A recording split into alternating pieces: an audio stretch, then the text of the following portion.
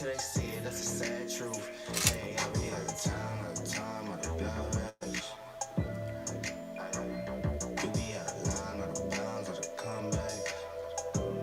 We out of time, what it does at. We tell lies in your rhymes, where your funds at. Mailbox money in my real name. Niggas 30 years old and they still lame. Tryna kick it in the H like a field goal. Touchdown with finesse, that's a heel toe. Look, fuck what you thought, nigga, think better. Sundress, no drawers, got the seat with her. Got my suede jumpsuit for the wind chill. Hot girl, but she blowing like a windmill. Truly, I ain't got a flex for the routine. Too clean with a plate full of poutine. Nigga, worry about me, can't help you. Way better when it's heard and it's felt too. Get my weed from the west, gold from the south. Show 'em how to make them triple O's from the couch. Nigga counting on luck and a life plan. I might have the last laugh for a lifespan. Hey, I be out of time, out of blood rush.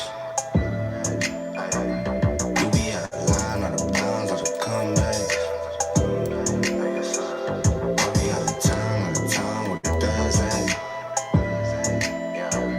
You be telling lies in your rhymes, where your funds at.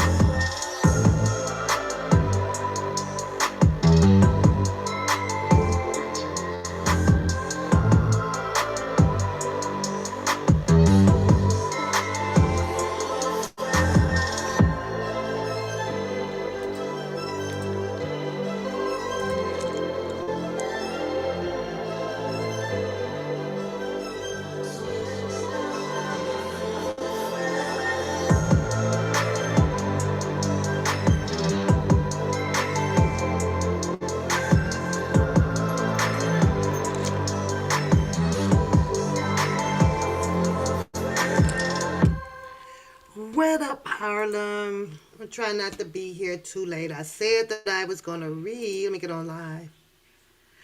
I'm late. I know I'm late. I'm late. I'm late, girl.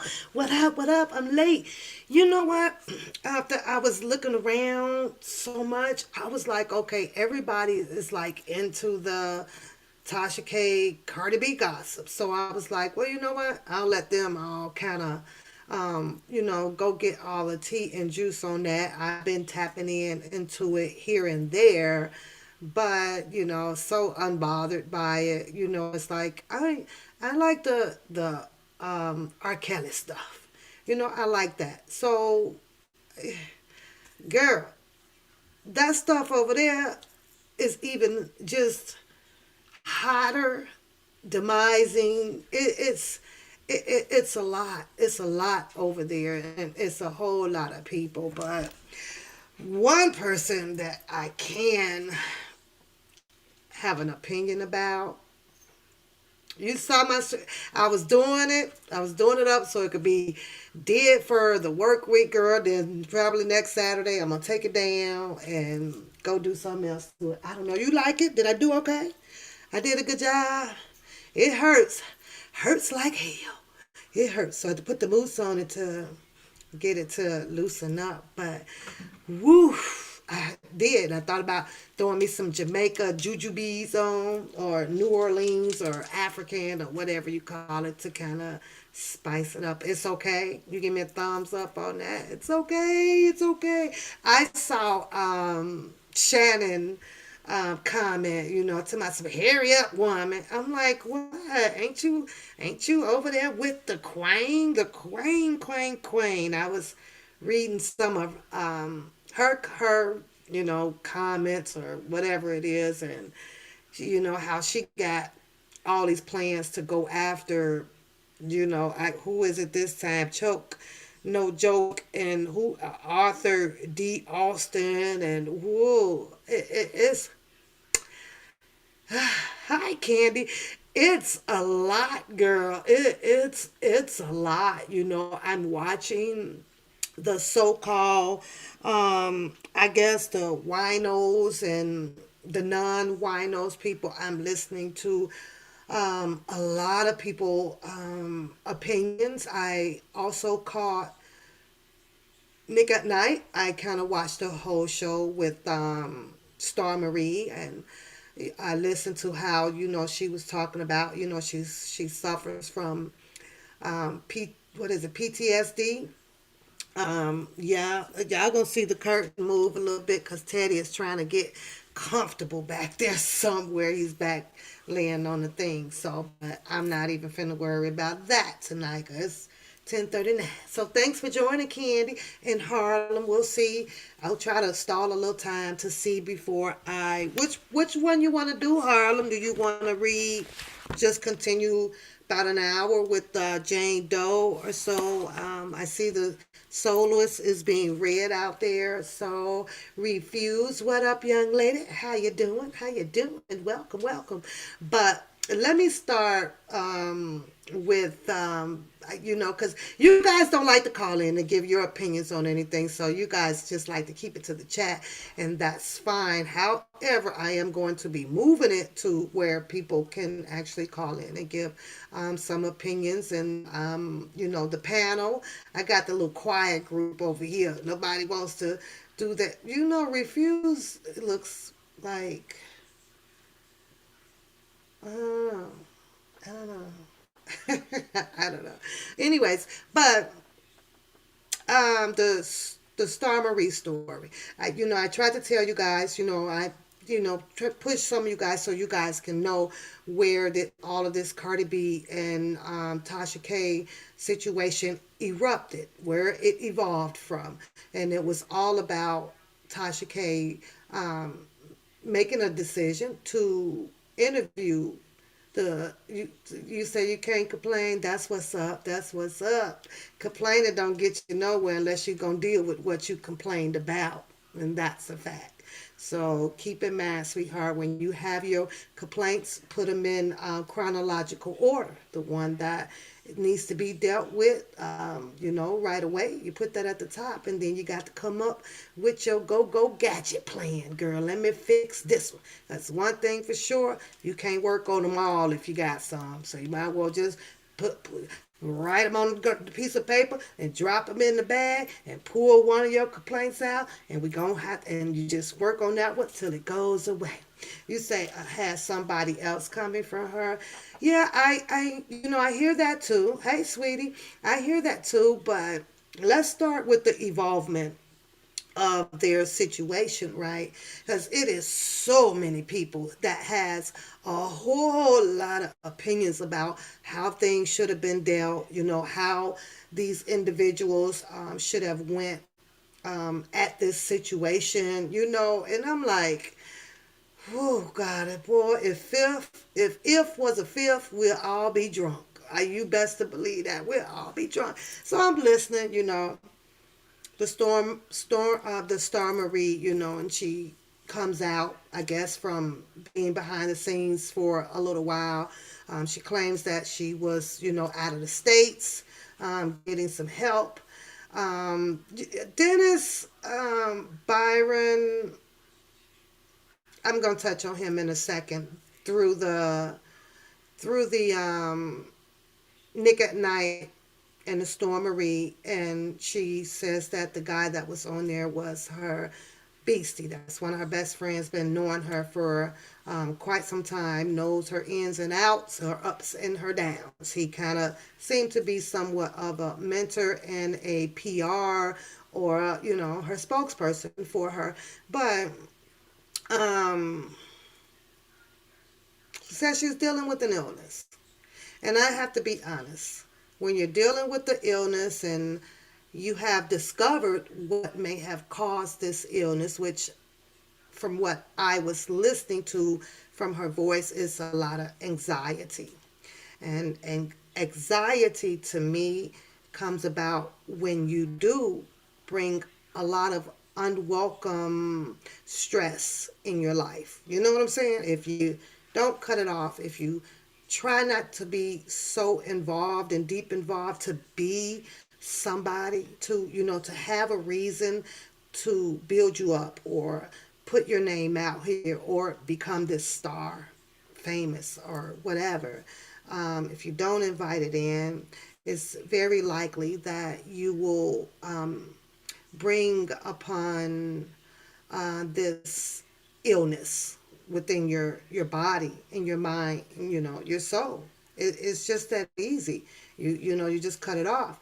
I think that when her and Tasha K got in touch with each other, in my opinion, I think that she should have asked, well, what is this all for? And I think that if Tasha K could have not given her back a valid reason, that would have allowed her to come with a better judgment of doing that whole interview. Somewhere, in my opinion, Tasha K allegedly had to have already had a bitter taste about Cardi B. Also, Star Marie. So those two young ladies, in my opinion, they already had some bitterness about her. But listening to Star Marie last night and discovering that she is battling from this illness of PTSD and serving for the country for whatever years, and now dealing with finally becoming a grad for her master's after trying it for 5 times in a row. I don't understand how she even accomplished that in dealing with the YouTube, back and forth, or someone else's private business, or mixing your feelings with whatever happened between those two girls way back then during their clubbing years and hanging out with different types of guys and things like that. So I was like, well, how did, no wonder you had to do 5. In my opinion, Star Marie never carried on that focus of what you call me. She never made it all about her and I guess her child. She tried to go through all, two of the most important things that people do encourage out here is if you're in school, stay focused on school, and number 2, mind your business. If some things had occurred, when do you let it go so that you can further yourself without a whole bunch of distractions, and also bringing trauma and drama into your life. So I looked at those two like that when I'm hearing their, back and forth. You feel what I'm saying? So both of them seem to have been bitter with old Cardi B over there. Tasha K, Cardi and Star Marie got in touch with each other. Tasha K landed an interview. I watched that interview. I did. Whole interview. I watched that. And there's a couple of questions that I'm just asking myself.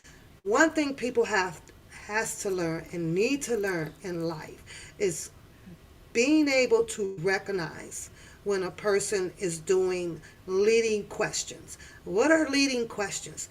Questions that can have you putting out things that you probably shouldn't put out, meaning they got to go in the wormhole.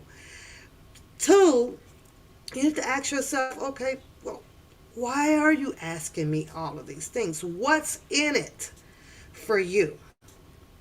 Rusty, I put the link, Rusty, to the music on my About page from where I'm getting my music from, and who I pay it to. So if you want to click on that link, by all means do so. And I only did that for you. I normally wouldn't have put it out there, but I did it for you. And I was thinking, you know what, Rusty asked about my music, so you know what, why not share it? So it's on the link. You can click on it and pay the little fee, and you'll have all the same music that I do have. And I hope that you as well, if you get asked about it, share it on. But if it asks for my name and my channel, you're going to put it in there, because I believe I get a discount if you do so. When you feel blessed, pass it on.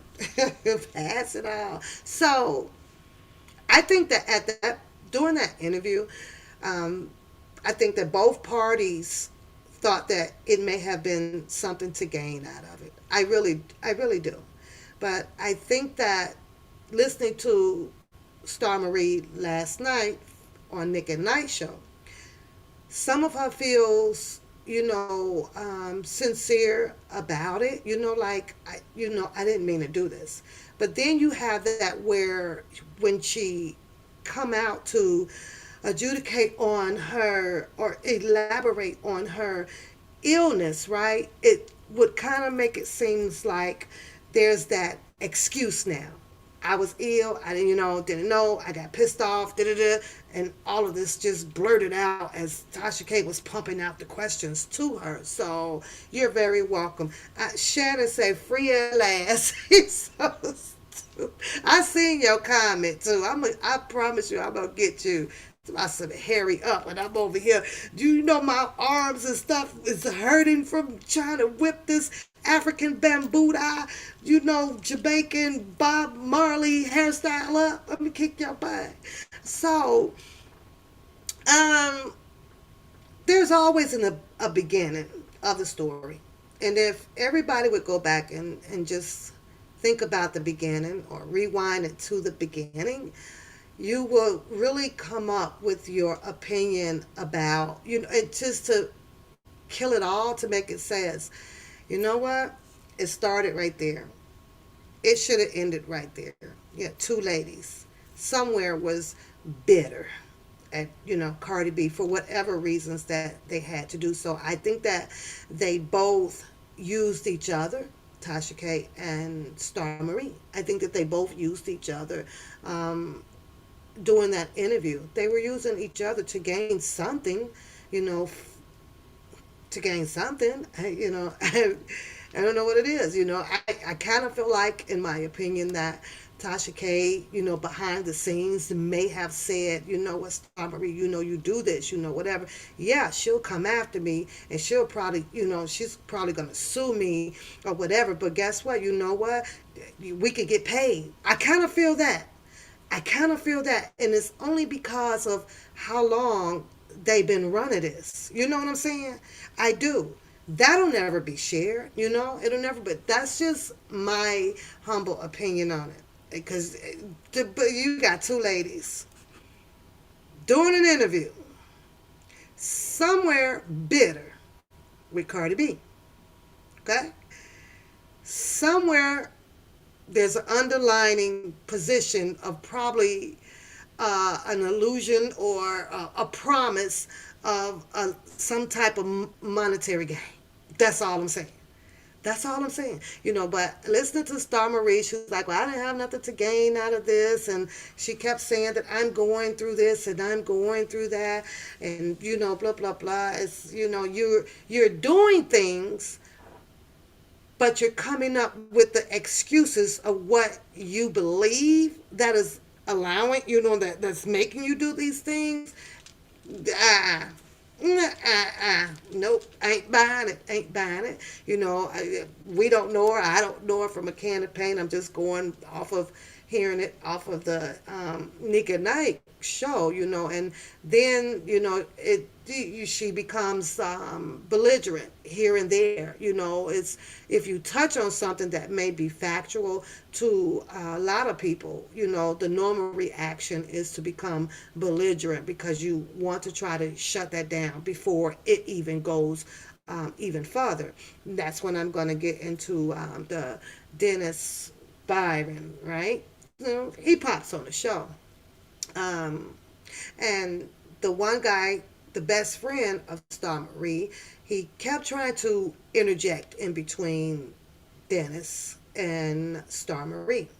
And the reason why, because he kept saying that he did not want Star Marie at all to contaminate herself, to put herself in a situation which was leading to your question, Candy, of anything going forward of bringing her in a separate suit in the court of law. You feel what I'm saying? So he kept trying to shut Dennis down. And as I'm listening to Dennis, and it's just my opinion, they were leading questions. They were leading questions that could have possibly gotten Star Marie in some more trouble, as far as whether if people come at her head or if there would be another investigation stirred up out here, trying to, you know, find out where did this all occur. Oh, well, you did say these things about me, or you did make these things up about me. Oh, it started from you. You were the root of the evilness that is going on out here. Tasha K, with her being bitter, she thought, you know what? I'm going to run it. I'm going to drop the story. Had Tasha K, as she said, from her live, what was that, Friday at 7 p.m. when she came live, my time, she blamed it on the machine, which a lot of people has pretty much determined that that may be equivalent to what they call these elite industry people, out here. Well, we are your rappers and R&Bs or whatever, that may have had a lot to play in this situation, bagging Cardi B up because Cardi B probably would have had more assets to do so. What I mean by that is more sponsors, more husband, all the big people like, no, we can't let Cardi B go down because she makes money and we make money off of her. So, and you think about the equivalence with Tasha K and her sponsors, or YouTube, because YouTube make money off of Tasha K and everybody else out here. So they all disregard the fact that I don't care what you do out here on YouTube. At the end of the day, we are still conditioned slaves to YouTube. It doesn't matter. They're going to make the most money. So now I'm thinking, okay, well, everybody's disregarding that. And I start listening to some opinions on that, But where do they go from here, in my opinion? Even with Tasha K and her appeal or trying to appeal this or whatever, there's more money to that. An appeal just doesn't keep going off of the funds that you have paid out to your attorney. No. Are these appellate, is her original attorneys um, um, ready to fight an appeal case? Are they at that level? If not, she's going to probably have to hire some more. That's going to require more money. I think that it should be dead. I think that it should be a done deal. No, I don't believe that Cardi B should come after Star Marie. I don't think that Tasha K should be remotely thinking about appealing a case, that can probably get her into more punitive damages out here because um, she said those things on the stand. She said those things on her live. And I don't know how the judicial system that far up that she's probably planning to take it to the Supreme Court, gonna like the fact that that videotape where she says you can wipe this with my ass. You know what I'm saying? Because one or two of them was probably a legal documentation that ceased and desist. So they may take that, as okay, this how you want to do the law anyway. You know what I'm saying? But like, no. So I think that they they should just ignore each other. I think that at this point, since Cardi B did go forth with the lawsuit against Tasha K, I think that that's good enough. I think that the points have been made. And if it wasn't, you wouldn't be hearing all of these different opinions and thoughts and suggestions out here. A point has been made about defamation of character. It's been made about invasion of privacy. I think that Star Marie needs to lay it to rest. And whatever happened between her and her friend, whether if she lived with her or she didn't, because right now trying to decipher who's telling a lie and who's telling the truth, it's only just gonna make them more stressful about it. That's it. It's like, just let it go. Let it go now. Just let it go. Hey, beauty, I woke you up, girl. I woke you up. You say she should be more concerned with the IRS coming after her. Yeah, that's if it comes, but you do know that Tasha K has her, she has her video out. The video that, let's see, the video that she did with Donnell Russell. The video that Tasha K did with Donnell Russell. She sits there with her legs crossed, is like, "Ooh, I got my own private tax prepared, so my taxes is good." Yeah, she said that in that video. Yeah, yeah. It won't allow her to do that. Well, you know that old saying, right? If you keep continuing to allow your ego to go up past your humbleness, you will definitely fall back down into your to crumble. I'm just saying, that's their crap over there. But I don't know. I look at it just for the entertainment. Am I for either one of those young ladies? Um, I'm not. I like you do anything for clout. I like up and it's up. There's a lot of them, but like I say, it's very hard for me to um, jump away from who I know that I am. And that comes from looking at a lot of these industry people. Whoa, how you get that million? You know what I'm saying? And if I'm trying to get a million, I can't be no super fan. I can peep in your world, kind of see, all right, this how you doing this. All right, drop that. Okay, and things like that. But will I ever veer off a track from trying to chase my million and get there and level up and retire early and stuff because of being a fan? Nah, you best to believe it's a whole lot of fans out there with the way that they act don't have that much focus on themselves, because if they did, they wouldn't be so emotionally caught up in every time that there's a situation between celebrities out here. You wouldn't be emotionally caught up in, but it is a lot of ladies out here. Woo, they are emotionally caught up in the Tasha K and the Cardi B situation. So you take it from me, like I'm gonna sit here. I gotta talk about this. What's his name? The one with the long hair down his eyes, conscious, right? And what's his in the Wiley show, baby. I'm still trying to adjust to. I grew up on women gossiping. You feel what I'm saying? I grew up on women being gossipers. But I got to sit here, I like the Armand Wiggins show, right?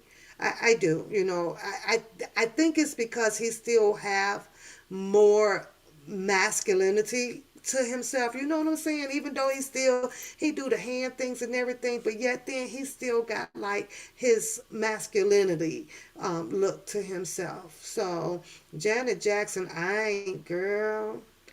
I don't even know. I can't read. It's one story at a time.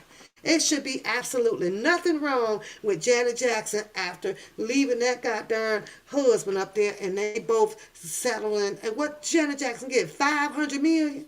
Huh? Ain't nobody, girl. 500 million?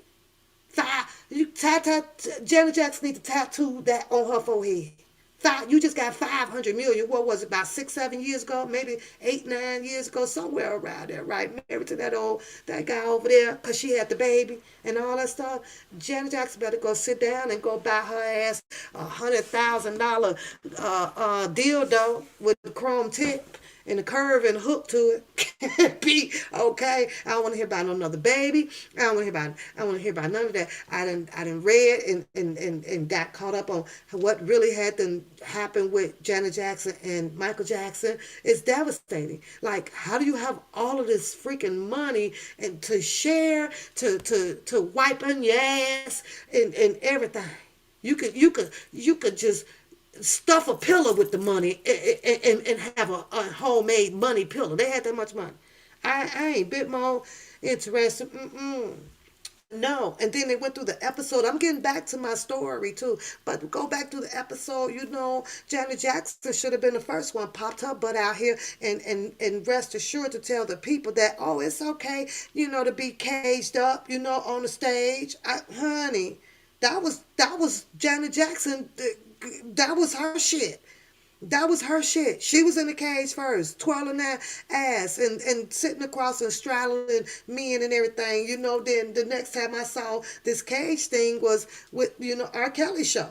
And he had old goofball Foley up in there, and now all of a sudden, she was trapped in the car and dancing with bloomers on and Fruit of the Looms and all of that stuff. So I don't know. I guess yes, Janet. I don't know I don't know. But I know all I can say is there should not be one stressful moment. There should not be one depressed moment. There should not be just nothing with Janet Jackson. Janet Jackson walked away 500 million. Janet Jackson should have a closet full of goddamn dildos and some KY jelly and adopted kids and what is a problem? What is the problem? And I love me some Janet. Control. Never gonna stop. I'm in control till I reach the top. I'm sorry. You can't have 500 million, and I'm pretty sure she probably getting more millions from that man she married over there or somewhere on earth. I'm pretty sure. I'm pretty sure it ain't nothing for her to pick up the phone and say, "Hey, I just blow, $499 million. Can you, I got your child. Can you pop me off another 500 million?" That man was filthy, freaking dookie rich. Are you kidding me? To be honest with you guys, I don't care to hear about nobody that has want to come on with the sadness and this happened, and you got millions. That goes back to what's the name would say. Millions sound like it's a hollow point, bullet. You got 500 million, feel 500 billion. You go sit down.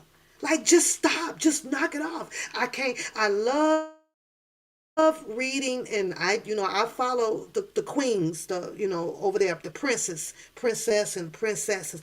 Somebody tell me why them bitches fight. Well, they got kicked out the goddamn kingdom, y'all.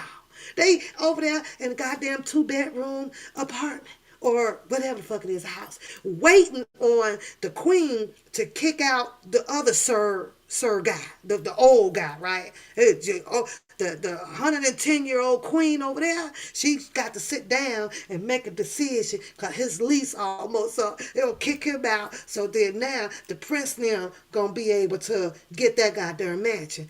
Hold up, Nick. Your mama name was Diana. Diana, and who was your dad? Charles? And y'all got to wait for a motherfucker to get kicked out of a mansion? If you don't get your ass over there and kiss that queen feet and sit your ass down and wait for you to get your 500 million or gazillion from over there. Cause they got their own anarchy and shit going on. They govern their own circle. You don't got my bitch. I'm gonna be nice as hell to the queen. She's 150. You just wait a little longer. I'm not saying that in a bad way, but bitch, I'm just saying. I'm gonna have these goddamn babies. What you want, madam? Yes, madam. We'll be there right there. Yes, yes, yes, yes, ma'am. Yes, ma'am. Cause baby, you better get your name back in there on that paperwork, so you get your. He could have been had it, goddamn. When the goddamn whatever his name, Charles. Which one is it, Charles or whatever? Not that Queen. Not that Queen. We gonna talk about that one too. When he left the military and all that stuff, and when he married the goddamn girl, and they done had the baby, they done had a second baby. I think they're on the third baby and probably the fourth baby. They just keep popping babies. I can't wait for their ass to run out of money and then pop a baby. I can't wait and take your ass down there, get an EBT card. Because they ain't grateful. These people ain't grateful. These people ain't grateful. I'm like, how in the hell? So he finna get put out. But the prince, they waiting to move in. And why the brothers fighting? Then the sister-in-laws and shit is fighting. All that money over there. Man, if y'all don't quit it with Janet and that goddamn whole bullshit over there with this shit is crazy.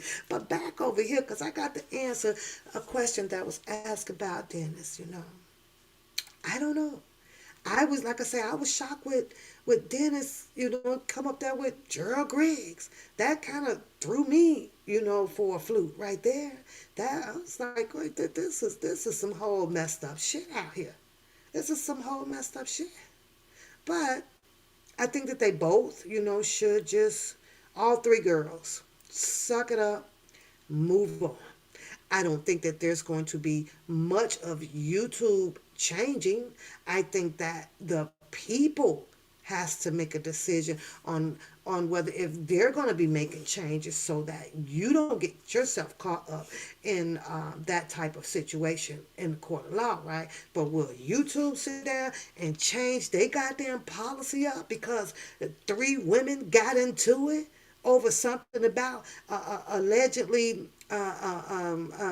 opinions and private parts and this or that? I don't think so. I can't agree with that. Do y'all know what it will take for them to go to the table to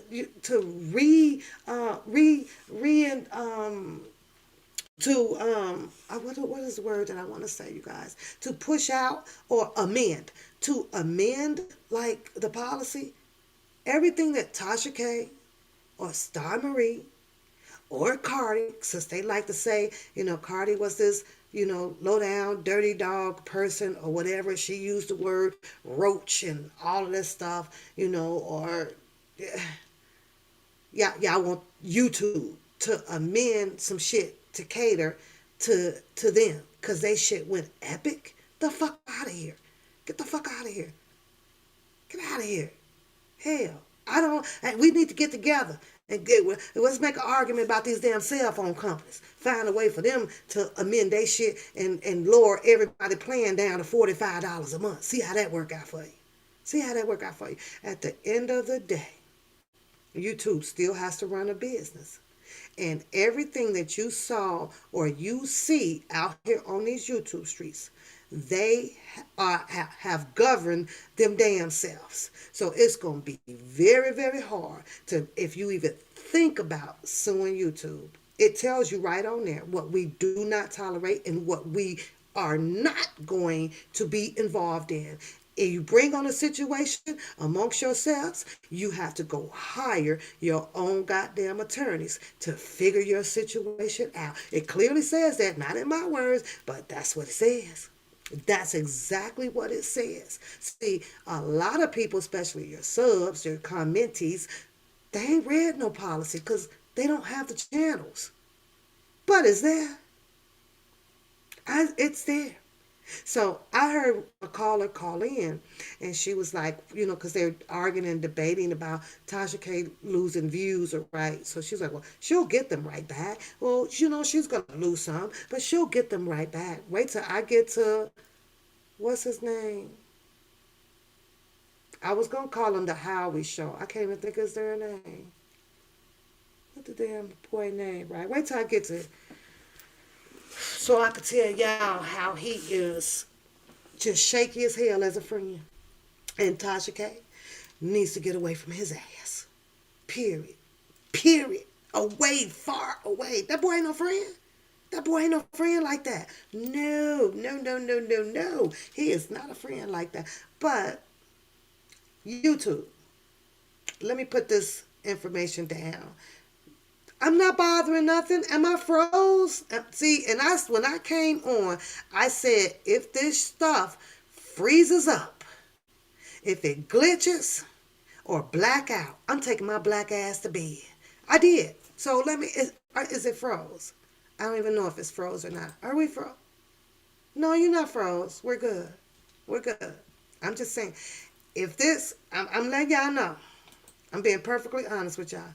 If this screen, oh shit, hold up. Okay, so where is it? Oh, it's right there. Okay. Now I'm pushing buttons, Shannon. Now I am, because I can't oh, there it is over there. Okay. Right. I'm trying. I'm not going, here go my hands. But, Shannon, I promise you, if it glitch, if it freeze, and if it black out, take my black ass to bed. I got to be at work at 7 in the morning. So I ain't going to touch nothing. I'm sick of this shit glitching and shit up on me when I'm trying to tell y'all my darn opinion. I am. So you have to think of it this way. Because they argue about, the lady said, well, look at it like your cable bill, right? Let's look at it like your cable. A whole lot of people have, been dropping the cable company because cable is expensive, right? It's very expensive. 150, 200 or whatever. Most people now are getting away with dealing with just your Wi-Fi. So then you go get your Fire Stick or your Roku or whatever and just kind of, download the apps and watch what you want for free. You own your box, right? Eliminating that cost. Now let's psychologically, let's really, really think about this, people. Because I mentioned to you guys earlier when I started out here on how you people are still conditioned in the slavery mental way of thinking. Period. Period. You got to work too. So I ain't going to be long. I'm not going past 12, even if I don't even get to the book tonight. I just kind of want to talk, just talk to you guys. You take the number one spot. Now, let's think about it. Think real, real deep about this, right? The lady tried to use the cable companies as an example, right? Tasha K, may lose a little money here and there because she lost quite a few subscribers. Oh, she'll get them back. Think about everybody that donates. You feel me? Think about Everybody, I'm talking about everybody, all the channels out here that donates money. Think about that for a second. Let that sink in.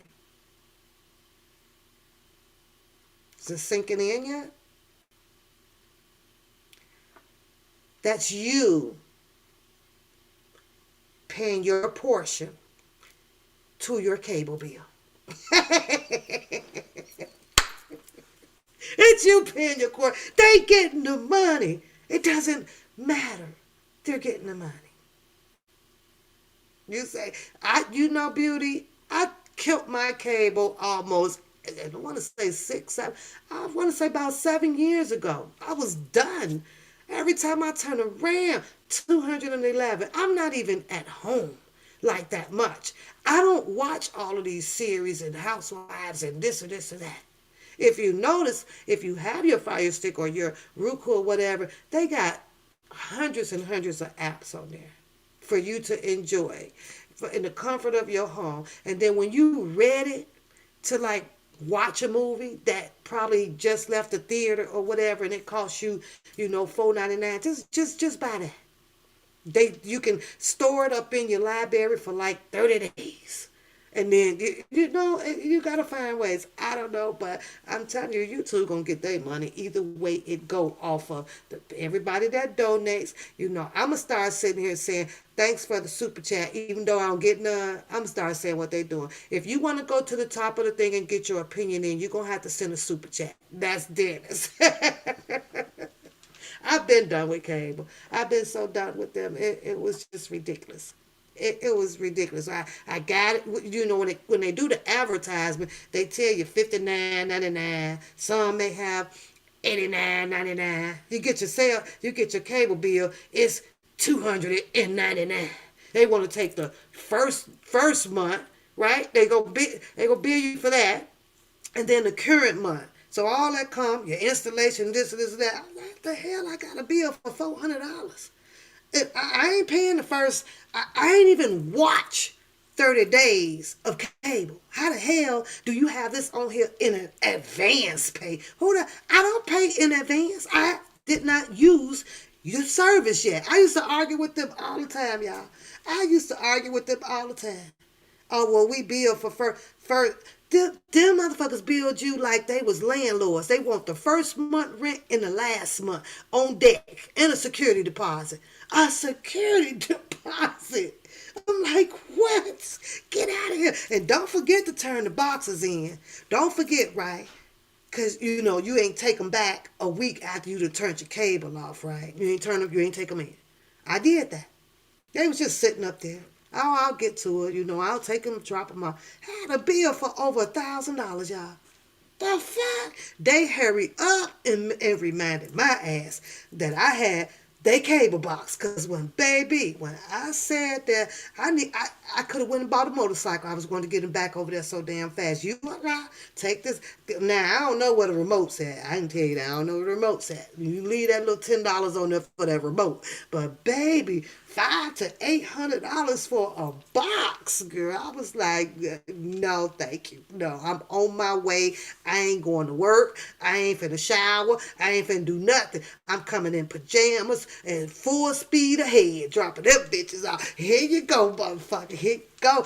Take that good shit off of my guy now. Don't go plugging it up, seeing if it works until I leave this bitch and you change my bill back. I don't know if it works or not, but I could never find a damn remote to take in. Or most of the time, a lot of people drop it off. You forget that you still got. I promise you, I probably got about 4 cable modes around in boxes in this house that I haven't unpacked. That's probably about 5 to 10 years old. I better check collections, see if they sent some shit to collections on my ass. Have not returned cable remote. Bitch went from $10 to, let me see, 6 or 7 years. I probably owed them about $10,000 for him. I am not sure. Listen. I will, I guess. Okay, so let's get to what's his name? Let's do Conscious first, right? As Conscious comes on, he's got a whole new hairdo, you guys. I'm trying to keep up with him. I ain't gonna lie. So it's all gold on this side, right? And babe, babe.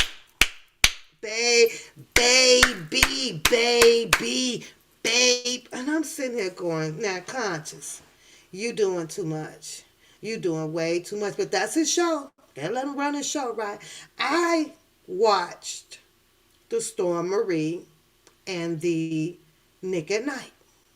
I did. And I watched it very closely. I listened very closely. When I tell y'all, Conscious came back on his show with some extra sauce and extra mayonnaise and mustard and you name it. Now I'm sitting here going, that Conscious. You know good goddamn well that girl ain't saying all of this shit. Like, no, she, baby. Now, the most of it, for the most part, he was like 85% accurate, okay? But then I was like, now you know good goddamn well that girl ain't did, she ain't do all that, y'all. She did not do all of that on that show. So I'm sitting here going, but I guess that's what it is when you're saucy, extra spicy, crispy, all that shit. That's what it is when you eat your shrimp like this. It is just saucy than a motherfucker. I couldn't even get into the laughter of it because it wasn't genuine. It wasn't like an authentic comical show. It was, and I'm sitting over here, nigga, please. Nigga, you're doing too much. Like, nigga. No, she didn't. And that's bad when you start talking to the TV and shit. This shit is bad. Shit is affecting everybody. I'm literally talking to my screen. I am. Nigga. I throw something at that bitch. That's how fucking mad I was getting at his show, right? And I was like, okay, I get it. You know, we work hard for the money out here. We work hard for the money out here. So do your thing, conscious. Do your thing. Now, let's go to the friendship part of what's her. I can't even think of his damn name, y'all. Hold on, let me see what the hell this damn boy name is. I just forgot his damn name that fast. I've been listening to so much music today. What's Tasha K new mentee name, y'all? Do y'all know? Oh, The Wiley Show. The Wiley Show, right? I guess he's a wino, apparently. He's going hard. 10 toes down. He's 10 toes. And I'm listening to him. And I'm sitting here going, now wait a minute. His friendship to Tasha K, it's not balanced. Something way off. So my intuition, as I'm listening to him, is this for Tasha K, or are you a person that is just benefiting off of your friend, right? What do you mean by that, Papoose? Well, this side of him, let's say the left side of him, he does his shows with defending her. The right side of him opens up his show to invite people in to give opinions about her. I wish one of my BFFs will allow a platform so that opinions can come in about me. Then he starts his show off by tapping into the show. I want to hear what y'all got to say about my girl. What? What? So, if you call his show and it's not a wino, you open your show up to become offensive. You open your show up so that you can wino gang. I can't grasp that. I can't understand that. What I do know is that, in my opinion, yeah, that's somebody Tasha K need to put on the chopping block, baby. That boy, that he ain't got nothing of Tasha K in his best interest. He got him in his best motherfucking interest over there. I'm like, oh my boy. I'm like, Tasha K can't see this. Tasha K need me to mentor her. You can't see that this boy, and that's why she did her live. Tasha K did a live, right? You know, about it being about her. She kept about her and her family. Now maybe Wiley intuition is feeling that too, that Tasha K has these boundaries about her money, about her family, about her lifestyle, whatever. So there's only so much that she'll probably let a person in. So I think that the Wiley show decided to ride for the his nigga, the nigga for Tasha K. But then at the same time, I got to bring my own sideline bullshit. Bullshit. That's exactly. He do sidelines. He do straight up sidelines, right? Well, I don't understand how you can feel that way about Tasha, because Tasha's a good girl and she has helped so many out and she raises her daughter just fine and she's done this and she's done that and she's done this. But you open your show up to allow these opinions, and some are going to be good, some are going to be bad. Now the ones that is good, he yes, that's my girl, but then you turn around and you ask the people, do you think that Tasha K?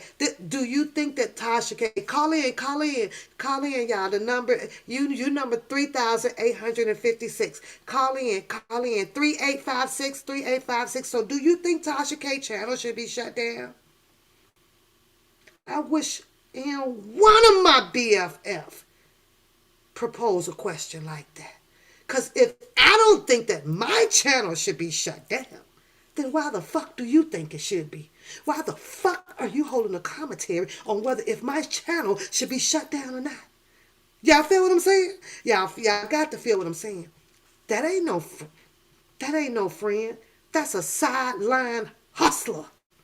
That's a hustler. And he hustled his way right on up to the top off of this goddamn Tasha K name, just like everybody else. That's what he said. Oh, everybody go. Oh, she gonna come back because everybody got the, everybody eating off of Tasha K or everybody hustling off of Tasha K. Well, so is that nigga. Friendship. So what I see with those two, there is a thin line between that friendship over there. He definitely wants something. I don't know. He and it's for himself. I'm sorry.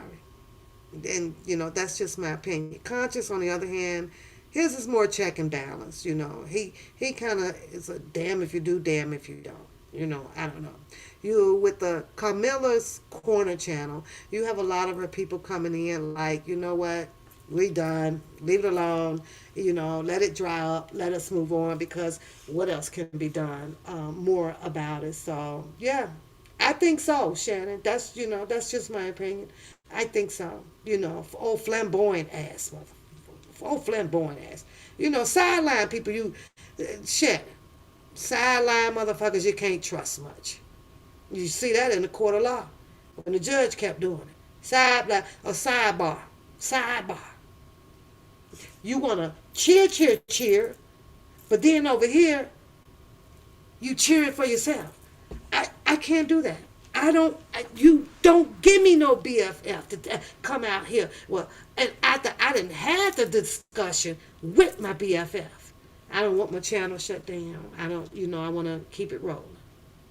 if anything, maybe his topic, if he was a real and solid, BFF or a great mentee or whatever, maybe his title could have been something like, we're not gonna, we're gonna ride with Tasha K and we're gonna help keep her channel up. No, he has a commentary about, do you think her channel should be shut down? My BFF ain't gonna even allow you to put on her show or what you think about my channel being shut down, let alone if I'm mentoring or being mentee. Nah. You don't open the door for that type of criticism against your girl, against your mentor. You just don't open the door for that. And he's opening all of those doors. So you got to ask yourself, and I did Tosh Cat. You gotta ask yourself, man, who this nigga really for? Who this nigga really for? Cause baby, girl, I'm just saying. I'm just saying, I'm on the outside looking in over there in a whole nother different world, y'all. But Boo Cakes ain't got your best interest. When Boo Cakes get up there, up over he's 5,000 away from 30,000. And Tasha, the minute that band hit that darn probably 100K, shit, you probably ain't gonna never be thought about. Oh well, maybe Tasha K should have just left it alone. Oh, maybe Tasha K, I mean, yeah, she did what she did, and a whole lot of people, in my opinion, there's quite a few, now that you go back and you try to listen to Cardi B, and her using the roach word, and then you had a lot of people come out here to justify what they assume, or what they, what they thought the what she meant by saying the roach word, or if she's really for those black culture, or is she black, or is she this color, or is she that way. Cardi B, when it comes to a lot of the things that she was saying, some of them I didn't take it to heart, meaning that when she said that she sucked plenty, allegedly, with the party and stuff, or she did the stripping stuff, or she beat somebody up, or she did that. I can't be mad or feel some type of way about a person that's telling things about themselves. You feel what I'm saying? Hell, she doing that to herself. You know, I can't get emotionally distraught from Cardi B things, because Cardi B ain't never told me I was a roach. Or, you know what I'm saying? We've been called worse, niggas, since the first day that half of the ship jumped over to live, and half of the ship took beatings, and half of the ship got raped, and half of the ship got hung. You name it, niggas. And I understand it. You know, we get very angry to hear it from the opposing side or the opposite side if they don't carry the same skin color. I understand all of that shit.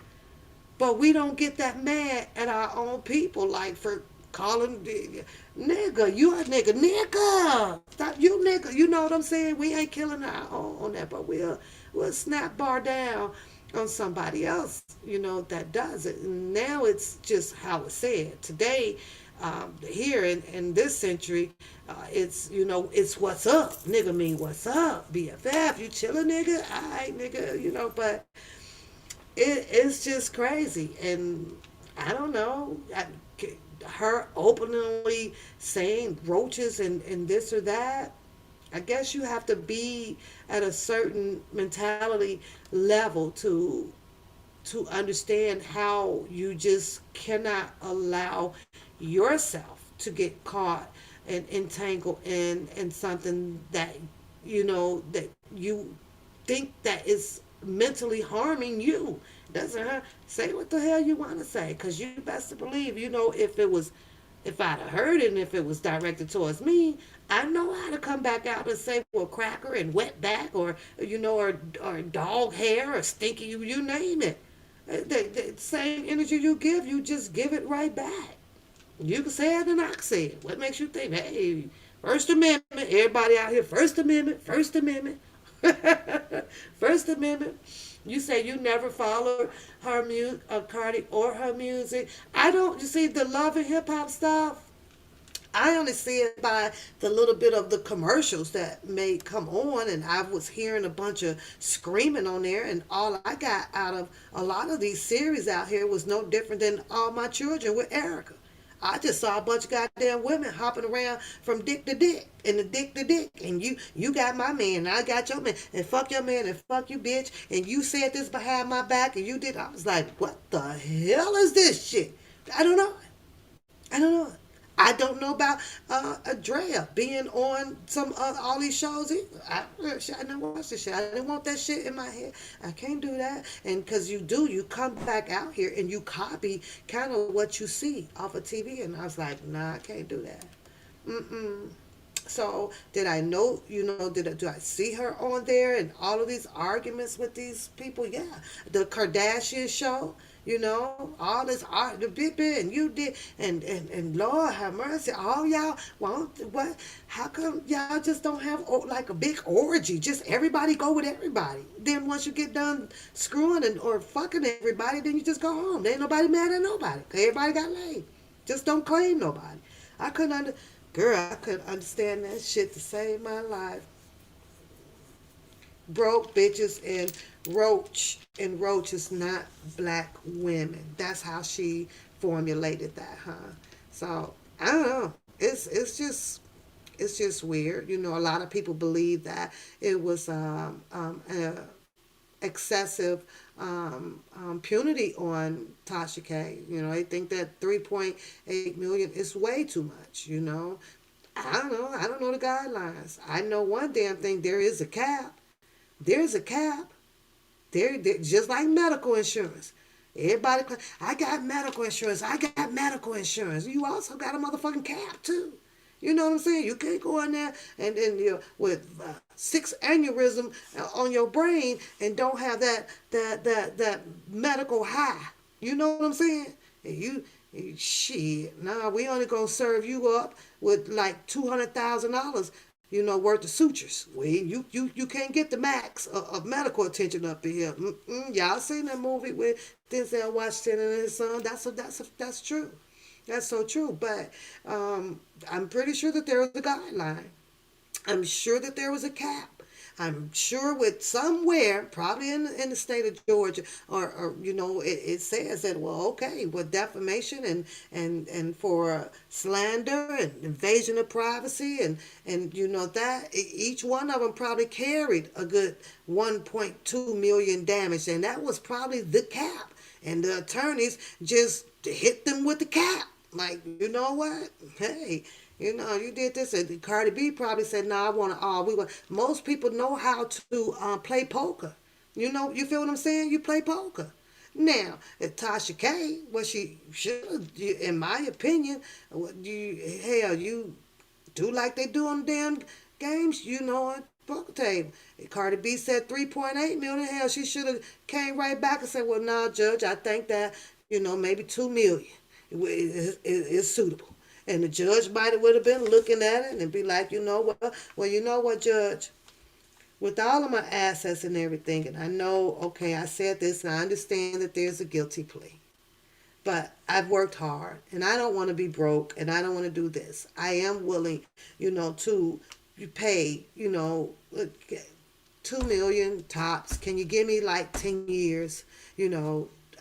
Almost probably about 50,000 a month. That what I'm saying. I don't know. Sometimes you can buy yourself out of the cap. Sometimes you can, you can do that. So she gonna be your mentor. What you gonna learn? What you gonna do? You gonna be my host up on the show. Hey, APZ. Hey. So I don't know. I'm just saying, Cardi B somewhere must have sat there and said, "No, I want it all. I want it all." Poker players start high. They start high. You'll be a fool if you don't. You'll be a fool if you absolutely don't start high. What's the highest can I go? Yeah. Now she can come back, do a sidebar. She can send her attorneys up there, do a sidebar. Listen, I understand that. I got two kids. Yep, I'm found guilty. But according to what I know that I do have, I can go talk to Cardi, go talk to her attorneys or whatever, see if they would come down a little bit for me for 2 million. That's righting your wrong. You feel what I'm saying? You right your wrong. But that was that, in my opinion, there was negotiating. There was some wiggle room. There was. But I think it was since she had that. I'm gonna be the first guest. Thank you. I'll be the first guest. Thank you. So there was, I'd have hurried up and did a sidebar. Guilty. 3.8 million. I'm gonna need a sidebar, Your Honor. I'm gonna need a motherfucking sidebar. You gonna have me not drink? I ain't gonna be able to get no bottled water. I'm gonna have to go back to tap water. Hold on, Nico. Hold on, the courts. Sidebar. This is all I have right here. And if Cardi B is what take this 2 million, I can move on and I'll cut her a check right now. And please erase this from. I want this void and expunge from my goddamn record. We'll let it sit a year, and then it's gone. Cause I might have to go find another job, and I can't have no record. You know what I'm saying? So there was negotiating room. There was. Right after when they said guilty. Guilty. 1 point, because she started out at one something. I'd have been up there so fast. Hold up, Judge. Gotta have a sidebar. Shit. Y'all take a hanger, a peanut butter and jelly. Hold up, Your Honor. But then again, I think that the judge might have been so annoyed, and with the responses that Tasha was giving out, that he'd have been like, nah, you know what, nah. You should. This is going to adjust your attitude very quickly. 3.8, bitch. I'd have walked out of there crying. Oh my Lord, what am I gonna do? Ooh, they tell you it's 24 hours in a day, but you really only got 12 to make some money. 24, because the other 12, you got to get some sleep somewhere in between. Baby, when I tell y'all, boy, I had 10 cans out on all these corners out here attached to a string or something with a paper bottle of me up. Please, I mean, soon on your way past, please start dropping some money in them cans. Y'all help me out. But I wish them well. It is what it is. Shit happens. Time to move on. It's just funny how so many people have their thoughts and their opinions, including me. And it is what it is. It is what it is. I think that she should just move on now. I don't think that she should do an appeal on anything that you have already admitted to on the stand, because doing the appeal is just like what's going to play out with Mr. Kelly. You can only take in there to clean it up, to get the appellate court to see where things went wrong, what got stretched, what should not, what is, what was the miscarriage of justice. That's that. Tasha, there's no new stuff that's going to be submitted at an appellate court. And she going to the Supreme though, y'all. So I don't know. It is what it is, I don't know. Shit's funny. It's draining. I can tell you that. This is some draining shit, y'all. Woof. I'm like, nah. I think I'd rather be back old. As bad as I kind of wanna, the R. Kelly side, is it's just not as frustrating or stressful as watching that other side over there. Not at all. No. Woo! You got no wine? I have no wine today. I know y'all waiting on me to read, and I'm tired. I really am. I gotta go to work in the morning. Shannon gotta go to work. Anybody else going to work tomorrow? Huh? Huh? So, I don't think I'm going to read. I don't think so. Let me see what chapter we're on, first of all. Let me see. Jane Doe, number 9. Oh, we're on chapter 22. Oh, shit. Don't do that.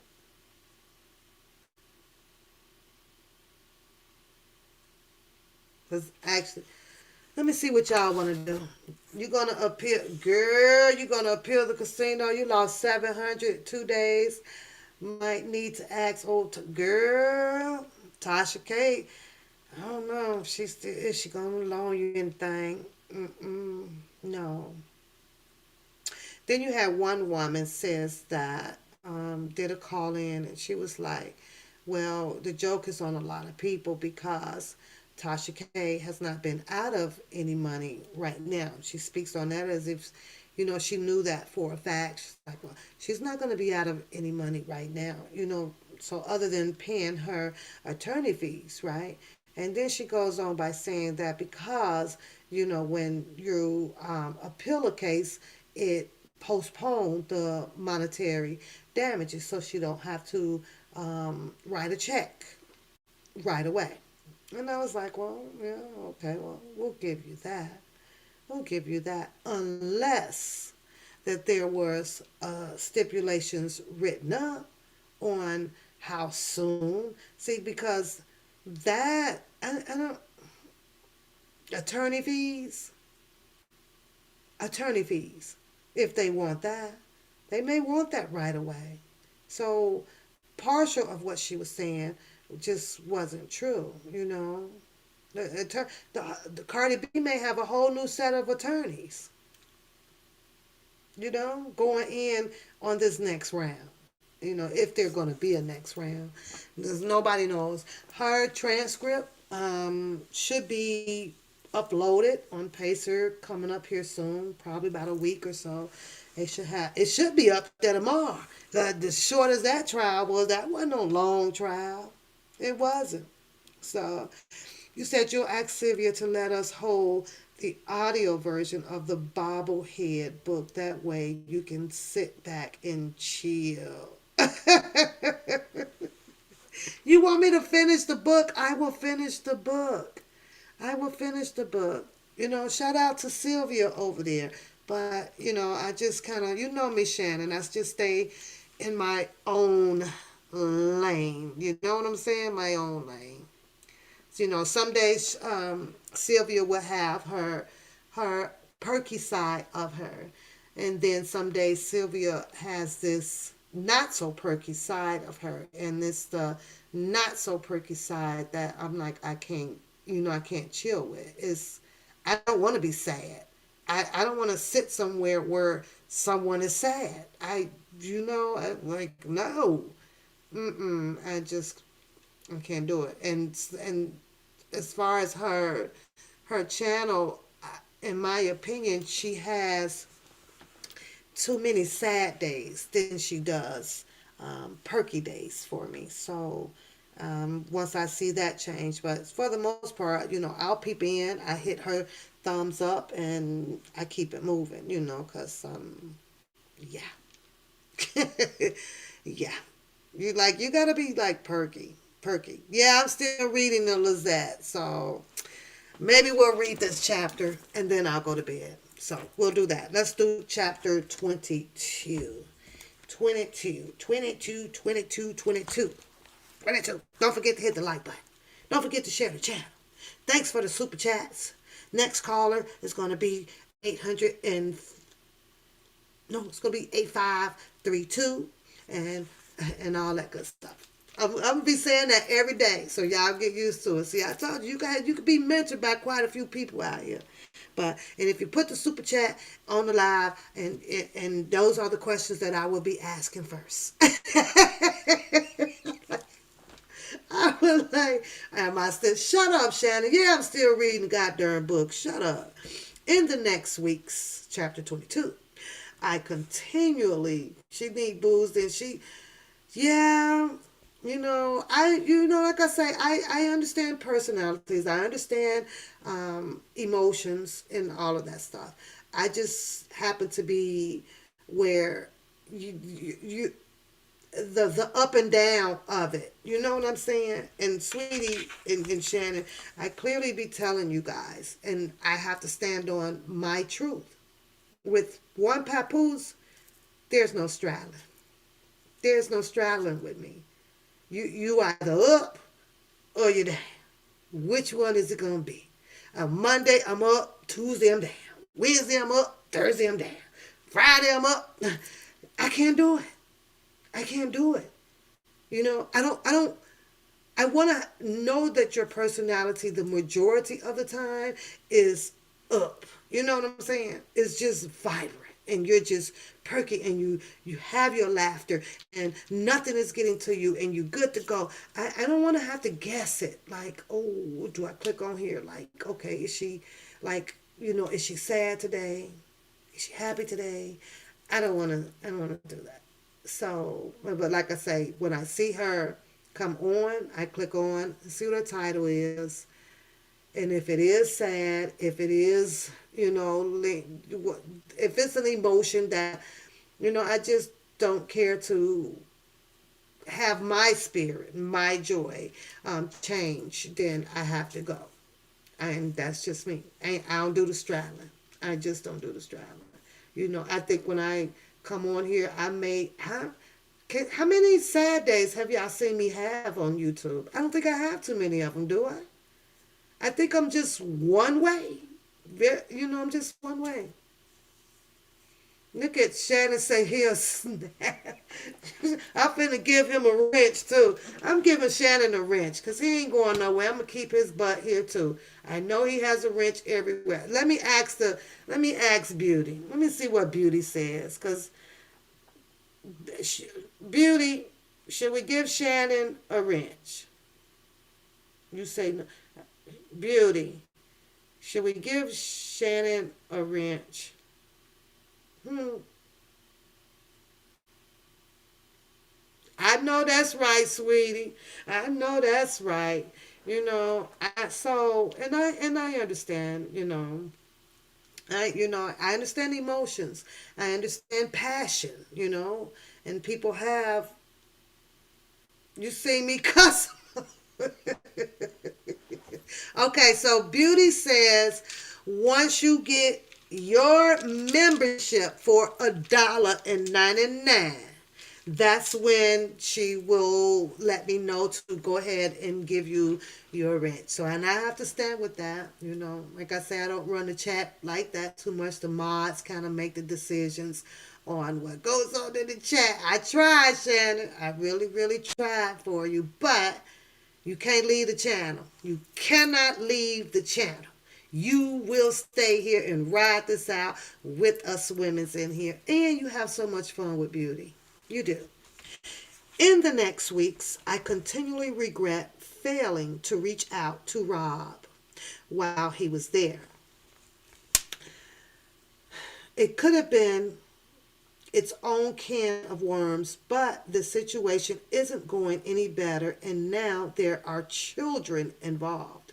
The physical aggression intensifies, and I call the cops on Craig after he beats me up with the broom. He spends time in jail. Craig beat her ass with a broom, and he spends time in jail, but I know he's coming back soon, and he'll be angry at me for putting him there. Suicide starts flaunting its charm again, and I know it's not the best way out, but the possibility of not having to deal with men anymore seems like heaven. No falling in the trap again, ever. But my eyes always land on my kids, and I pick them up and snuggle them on the couch. I try to be the best mom I can be, but I know the only reason I'm still here is them. Yeah, who the hell is Craig? Craig is an old boyfriend of hers too. I believe Harla might have went to sleep. I believe she had Craig before Rob. I think she had Craig before Rob. Then she went with Rob, and then she came back to Craig. Whatever. Then they had another baby. Had another baby. We better see you here every time, or else you are paying for 3 months. Oh my God. They gonna ride you, Shannon. You see they like you. We like you over here. We like you here. And you are always here unless you over there with the queen here and there. But we would like for you to become a member and get you a wrench on the channel. That's what we would like. So make that happen. No fault. Okay, I try my best. Um, I try to be the best mom I can be, but I know the only reason I am still here is them. Abandoning them. Hey, Denise. Hey, sweetheart. Abandoning them is unthinkable. Same with leaving them to any potential neglect or abuse. The biggest thing is I don't understand. Craig loved me so much. I know I broke his heart when I was in love with another person, but it was years ago, and no one was in the wrong. I'm in chilling. Tell me here. No one was in the wrong. It's just what happened. Things he criticized Rob for. She ain't moving to no Chicago. Girl, please. I got her stuff up on this phone. We gonna save that one for last. What up, LaKendra? Things he criticized Rob for in the past are now part of Craig and his usual interactions. Almost like he's trying to get back at me. Even more like my old relationship. Craig wants me to stay with him no matter what.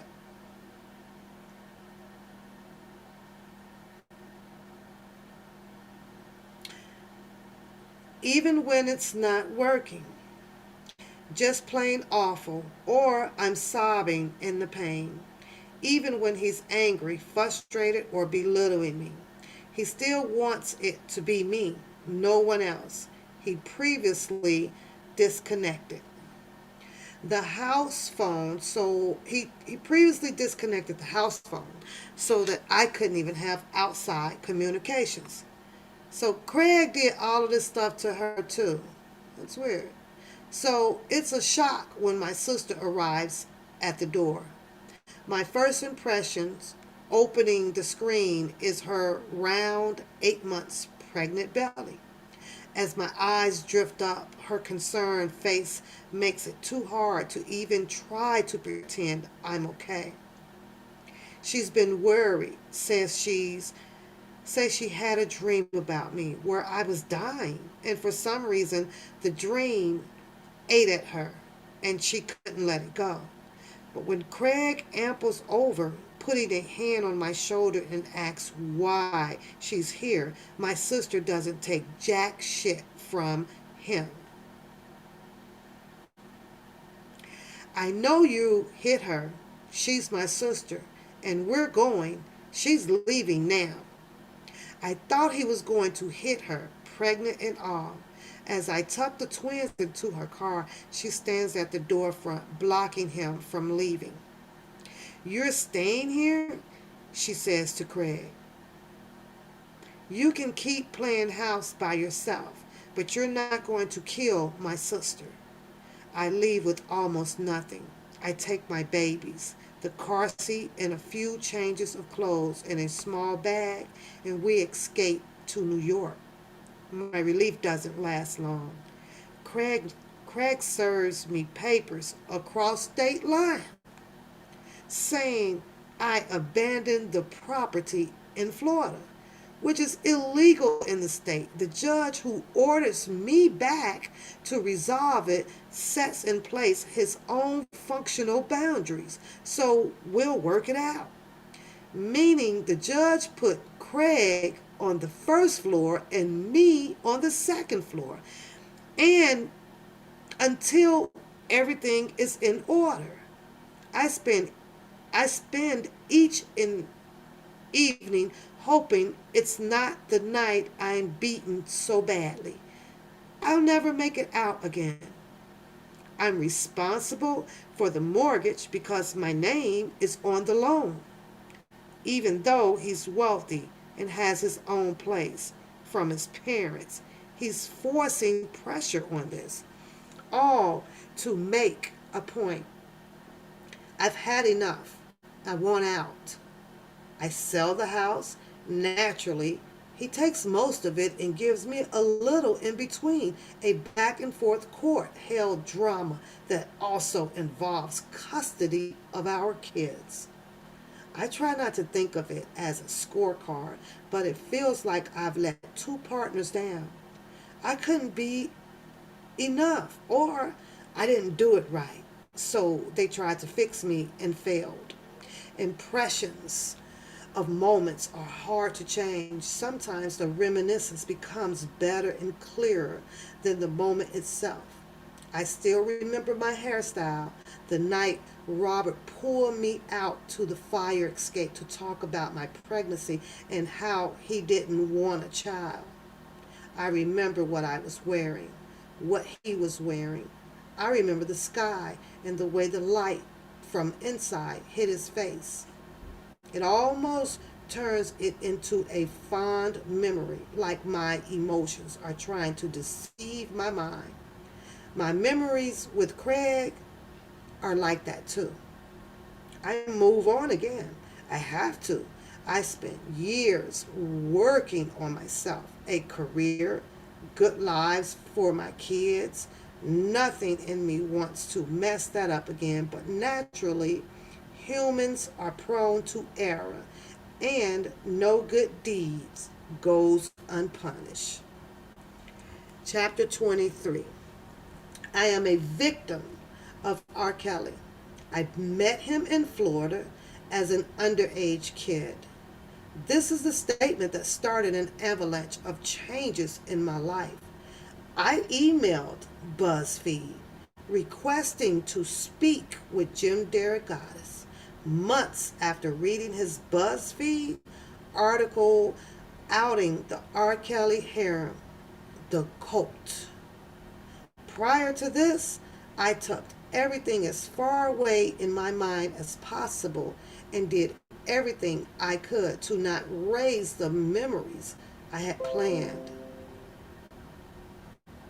on letting everything rest forever, run away from the past and swallow it down and let the rot inside of me alone. We gotta get some snow in here.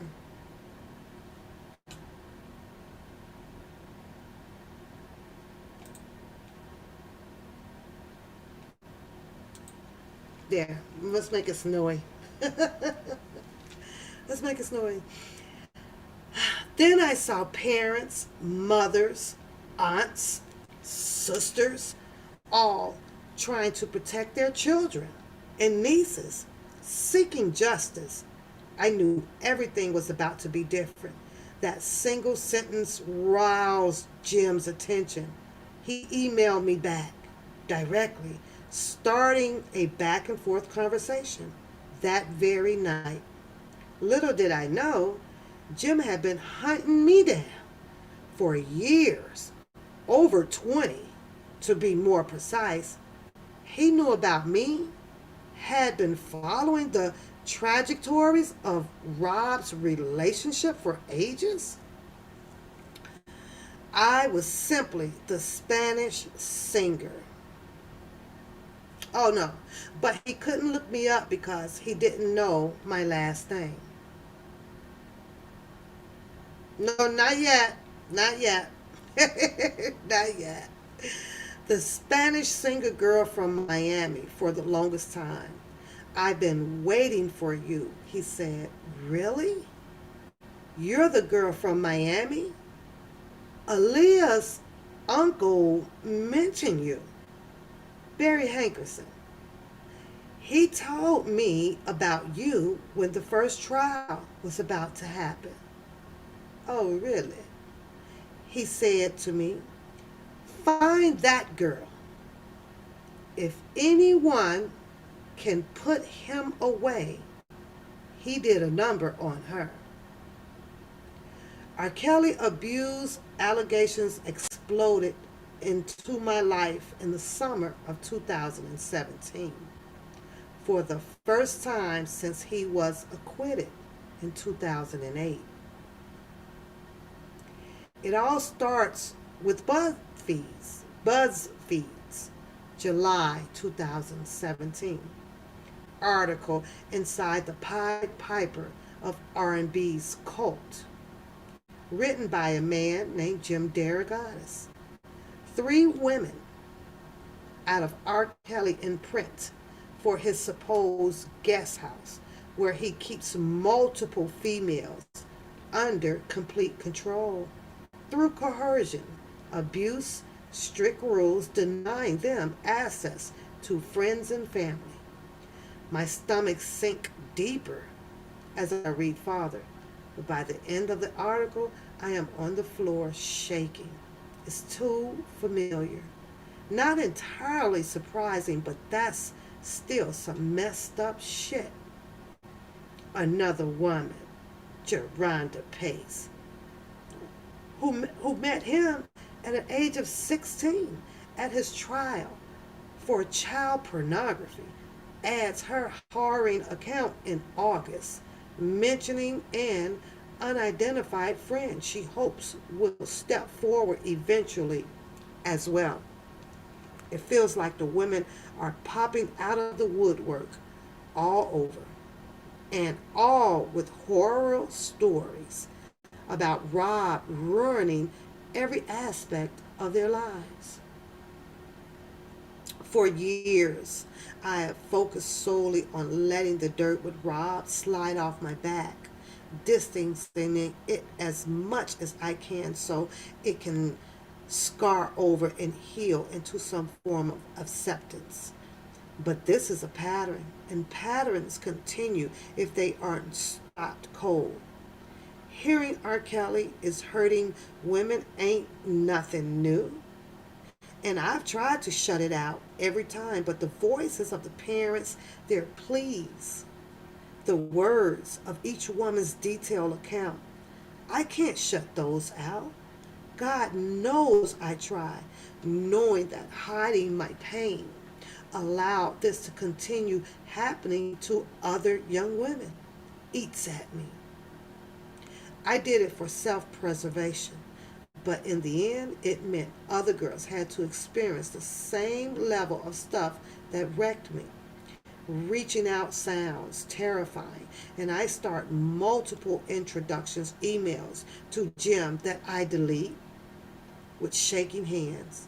This cannot in any way be about ruining the man that I once loved and gave everything to. How about you come out about someone you love? Not just in private police case, but to the world because of his fame. It's not fair for any heart to ever have to do this. It feels like betrayal. I read and I reread the articles, but my stomach knotting tighter and tighter. It was so long ago. What help am I now? You know, Lizette, stop kidding yourself. I'm another voice, another pillar of support, another victim to stand with the others and validate their pain and everything that they have lost. Everyone involved in this circle of abuse should know that they are not alone. See other survivors and not feel silly for caving to a robber for so long. He's compelling. He's got the cycle down pat. It's not wrong to open up and trust people. We need to stop beating ourselves up for trusting someone who hurts us. No, I can't let this go. Even if I try, it's hovering over me, always in the back of my mind, eating at me. It isn't until March of 2018 that I give in. Life is busy and I'm working for Biana as the project coordinator on the construction site, dealing with the new businesses, renovations. I have a beautiful apartment that overlooks the coast, both both beach and ocean in Aventura, Florida. The same place that I met Rob. Ha, the irony. I go to work in a convertible Fiat. My kids are in private school. And I'm in a healthy relationship with a new boyfriend. We've been together for years already and continue to get along well.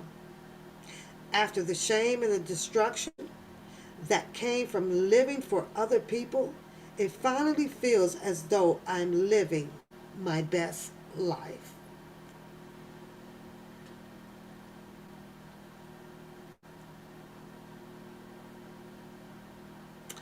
Despite my reservations, the moment comes when I press send and the message to dear goddess.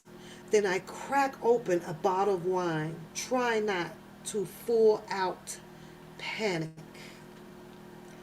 Things don't go smoothly just because I reached out.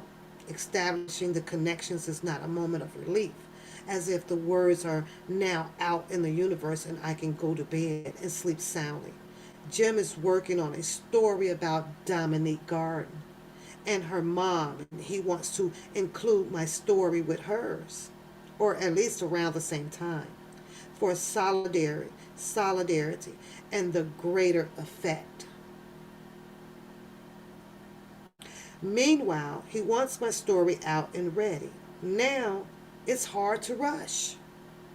Re experiencing and reliving trauma to a stranger. At the same time, they were all hurt by the same man, and they were strong enough, freaking heroes to be honest. We need each other, all of us. We're by ourselves trying to figure it out alone for too long. Work on the article starts with a bunch of questions, including can he talk to Michelle A? And can he speak with my mom, Michelle A? Easy done, my mother. Eh? Leave it alone, Lizette. It's not important anymore.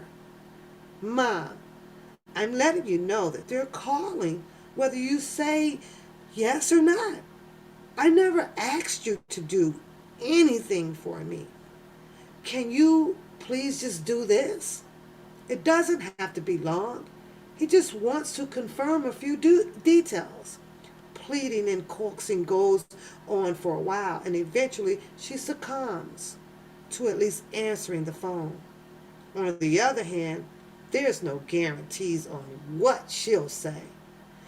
By the time the requests for photos come in, it's May, and my small family has already resettled in an adorable cottage smack dab in the middle of Little Havana.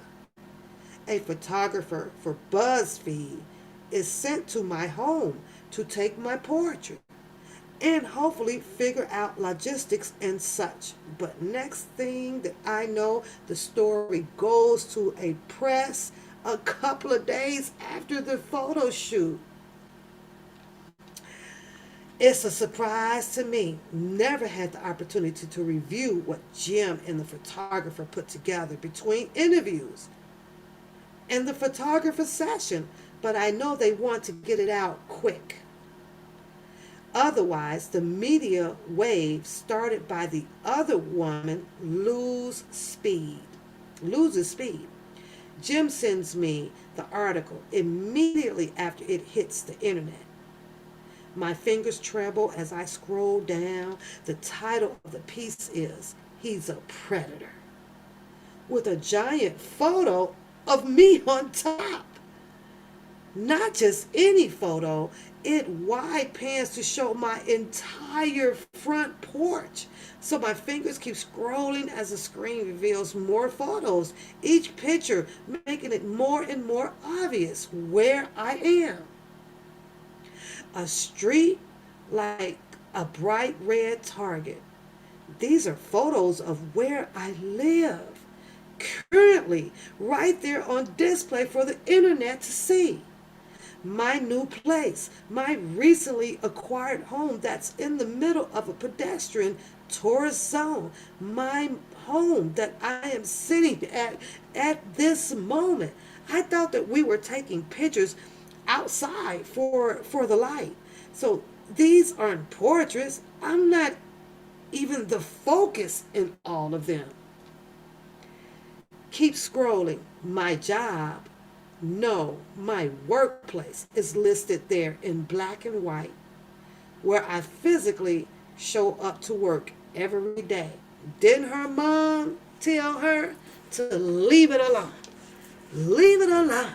Her mom said that. Leave it alone. This is all. Just let it go.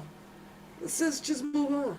And here she comes right behind, infuriated, because Jim Derogatis did not allow her to scheme or go over the story before he dropped it because he felt that it was hot. He wanted to get it out there before, any other, girls or whatever said something that would be against of what he got out of Lizette. Yeah, he did. This is crazy, y'all. It is almost 12:17. I got to get up in like 5 hours. Blood rushes out of my head, and she said she worked. She said she worked, baby. Dizziness hit. I want to throw up. I rest my head on the table, trembling. Even my legs are shaking. We're on a main avenue for foot traffic. So anyone who reads this article will be able to pick out which house I'm in, especially since it lists the neighborhood directly underneath in case anyone wasn't from Florida and it didn't already know how easy it would be to find us. My parents called me up to let me know the photos don't really look like me and to ask why my house is in the pictures. No good response to that. No, I don't think iPhone will allow him to do it. No. So Shannon's going to have to go to Best Buy and get a cheap tablet and then do it. No, it's not. It's not set up for iPhone. I know. Well, my BFF, she has iPhone too, so she doesn't have it either. So I guess I see y'all in here on Shannon about that, about the iPhone. So no,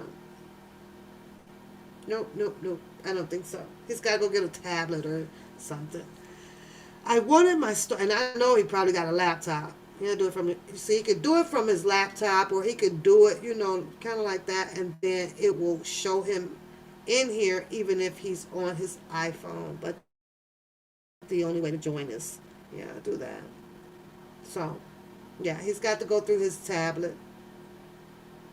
Sweetie has an iPhone too. Okay, let's get through this, you guys, because I have to go to bed. My parents, okay, we did that. No good response to that. I wanted my story out there. I wanted my story out there. I keep repeating it to myself as I leave my coffee untouched on the counter and sink onto the floor of the shower. Tears already streaming down my face. I leaned against the shower towel and let the water run over me as rage starts to consume the fear. Fear has held me back for so long because of Rob's extensive, influential reach, and now everyone knows where I work and live. All of Florida, the rest of the U.S., and even foreigners. All that extra information. Why did I think that I could handle this?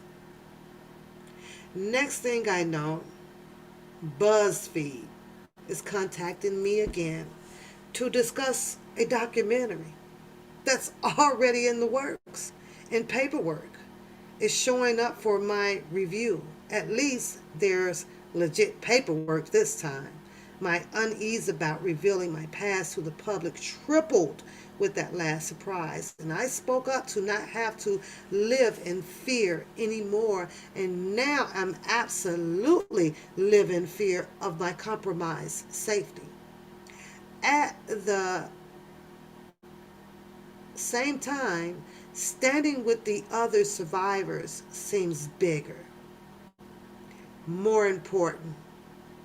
A documentary could have a real impact. And if they're putting our faces and personalities on the screen, they must have some kind of plan in place to assure our safety. This isn't a production that would release without lasting repercussions. I take my time reading through every slip of paper. No requests or demands for videos of my home. Just checking. Despite the voice in the back of my head saying that it's too much, it'll affect the rest of my life and there's no reverse button, I remind myself of all of the women it's going to help. It's not just me. That's the whole point. I can't think only about me. But also, once I get this out there and off my chest and into the ears of other survivors or potential victims, then I can let it go. And we can let go. And the world will be infinitely brighter for the women who won't experience the same pain that I did. I keep reminding myself BuzzFeed wants to help. They're requesting a signature right off the bat. No waiting. My jaw clenches with worry. Put my pen to the paper, but I signed. I've promised too many, I've missed too many opportunities by not directing the course of my own life. Right after the article's release, we start having attempted break ins in Little Havana, and I'm afraid to both leave the house and stay in it. Watching the front door jiggle becomes a night watch sort of duty. My twins are traumatized, wanting to sleep anywhere but here.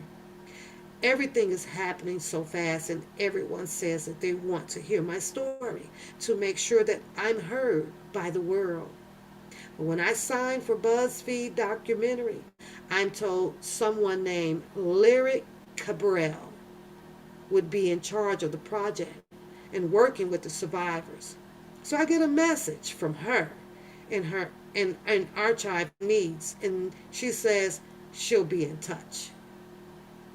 Finally, a contact point I can talk to consistently. Curiosity plunges me quickly into the depths of the internet where I discovered she's an Emmy Award winning documentarian, notable for a film called Sarah. Kara, hooray, I'm going to say Kara. Someone legit who knows what they're doing. When Lyric reaches out, she requests all kind of random physical evidence of my former life to add to the archive she's setting up. She wants pictures, music that I've written, hospital records, anything that will offer credibility or depth to the story of my life. My response probably isn't what she wants to hear. Oh, mustn't have quite a few of those credentials. Okay, my my mom has most of that stuff, but I'll warn you, she ain't giving up shit.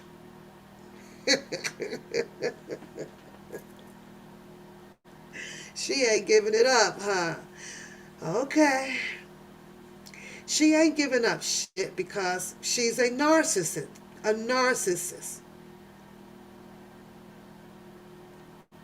You say,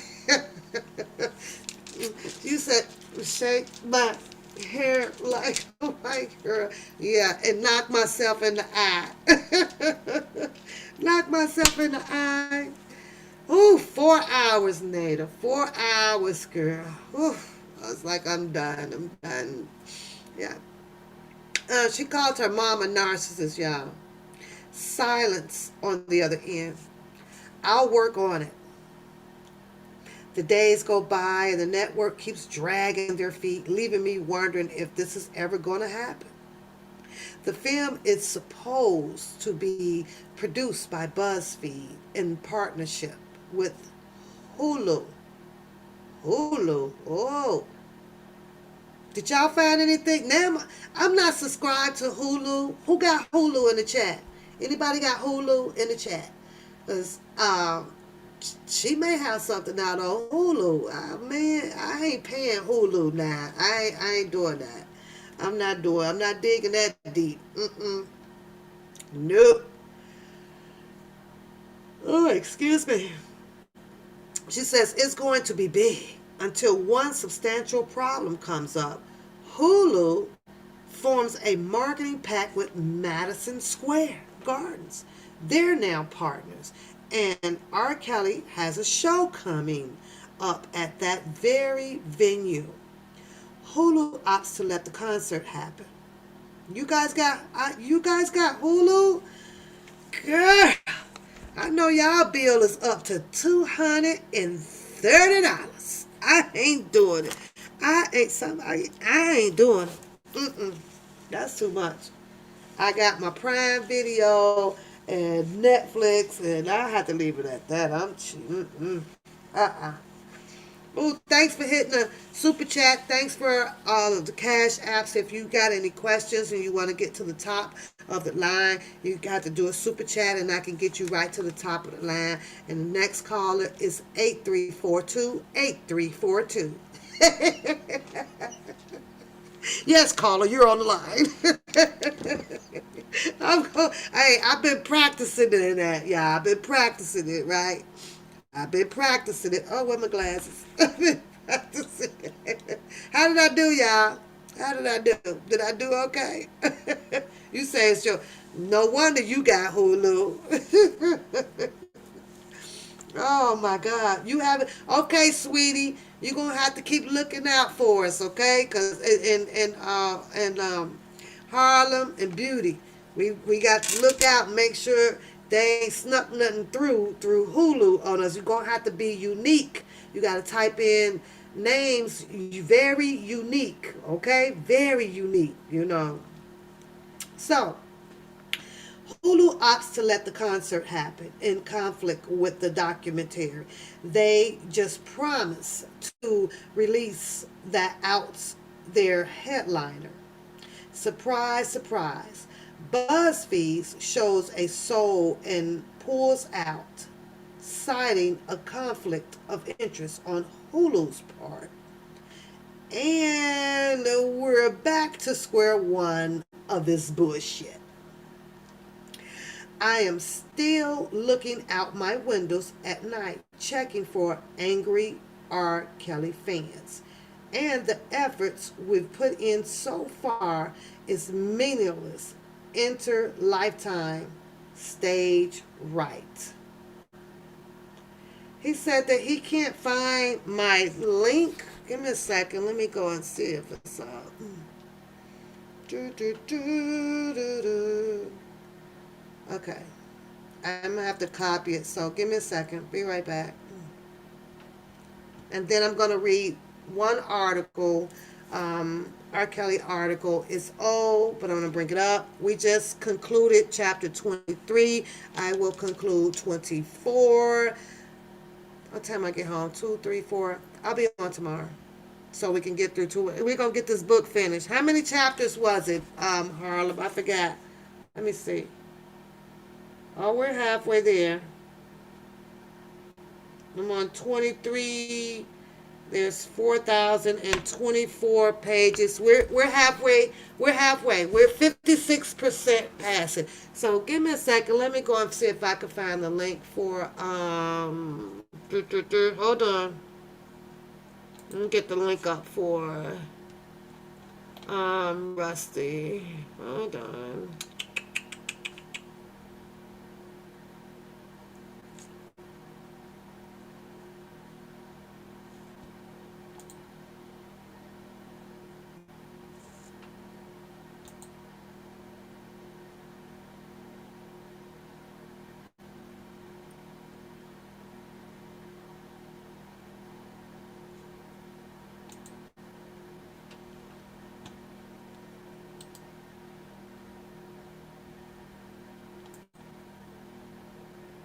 There you go, Rusty. Is that easy enough? You got it? You got it. That's a referral. Don't forget. Give me the referral so that I can get the $5 or $10 discount off of my next month, please. I know you can look out for your girl over here because I just shared it with you. Epidemicsound.com. Let me know if you got it. Let me know if you got it. Let me know if you got it. There's the link to that. Um,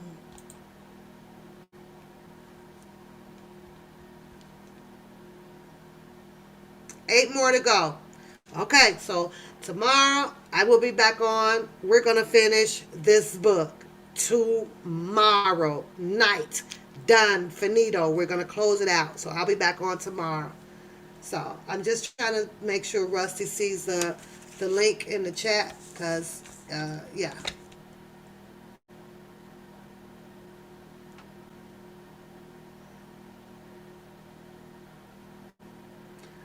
Shannon, we not gonna do some be get lost in the mail. I'm not gonna. You're not gonna do that. Cause she got a lot to tell. I actually made it longer though, sweetie. We should have finished this book about a month and a half ago, but so much had started to happen. So, yep. Go ahead, yeah, Rusty. Hit that cash app for $3. You can do $2 in the cash app today. $2. Hit the cash app.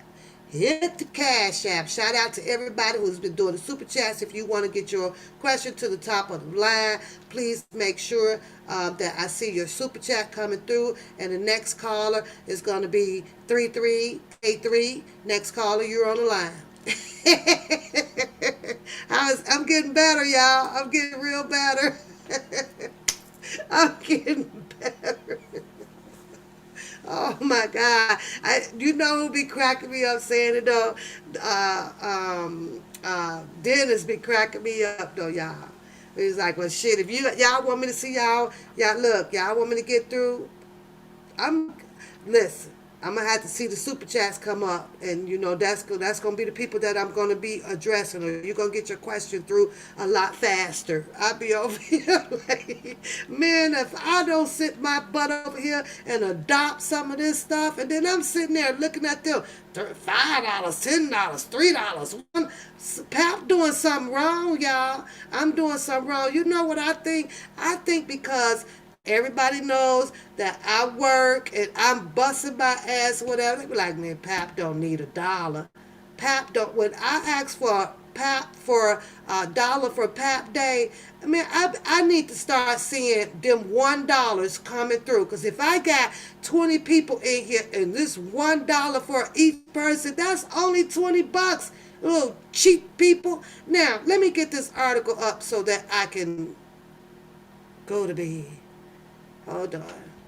I gotta get the G. Hold on, because it's in my Gmail. So let me see. Okay, let me do this. Okay, there we go. I just wanted to I wanted to go over this, you guys. And I know if I get started, I might as well just, I'll be here till what, 3, 4. I might as well just go ahead on, shower, hit the car, and head on to work, y'all, because this is crazy. So it's hard for me to get into this. I kind of want to get in.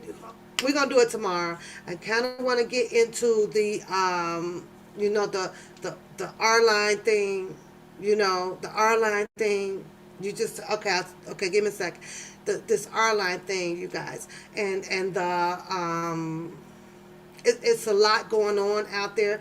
Like I say, I had my reasons, and I still do have my reasons for the situation with Don Russell.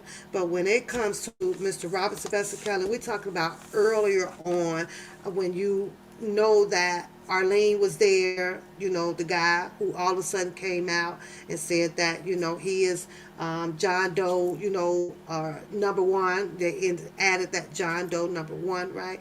And if you let me read y'all some of this because oh my goodness. It's a whole lot of more questions that can be asked behind Oh, thank you, Shannon. Look at Shannon, first one. Shannon been here for like 10 years with me. 10 years. 10 years. 10. Thank you, Shannon. Appreciate it. So, I'm gonna give me some Dunkin' Donuts in the morning with that, though, right? I'm going because I ain't gonna have time to make me no breakfast in the water. So, thanks for the Dunkin' Donuts treat. Thank you very much. Thank you. Okay, so I don't want to get too far into it, right? Because I really wanted to write it out and then just kind of read what I was writing. But this whole R line thing and this, what's his name? The Mason guy. Man, you guys. Oof, I can't get into it right now because yeah, I got to put it together for you guys. But after, being out here and looking over a lot of people, insinuations in their opinions or things about, who's all involved, or who took this and who did that and who did you, man. I think that from what I'm seeing, they're going a little bit too far. A little bit, way too far. From what I'm seeing, it's 64 people is like suspect of this informant, of this and this and this. And in my opinion, there's really only three, maybe no more than four, that really, really, ooh, should be a, accused or held accountable for, or you know what I'm saying? It's hard for me to say. It's hard. I can't even do it right now. So I don't know. I don't know. Oh, okay. I see that. So, we're gonna have some good stuff tomorrow because I am getting it. Okay, this one right here, I do want to show you guys. Why is R. Kelly standing trial alone? It's an old article. It was by the New Yorker, right? I just kind of want to, yeah, I want to show this to you guys again. And then after this one, I must go to bed. Oh my God, they already want you to, always want you to subscribe to something. Jeez. I don't want to subscribe. I don't wanna. Okay, let me see if I could share. Come back over here and share the screen. Yep.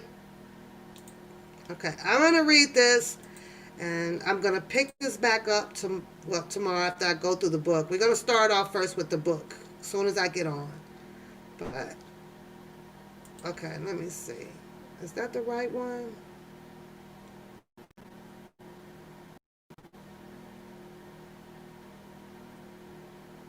Can I get a thumbs up in the chat? If make sure you guys can see the screen. I don't know why my stuff is down at the bottom now, and I have to fix that. I have no idea. Oh, there it goes, freezing up.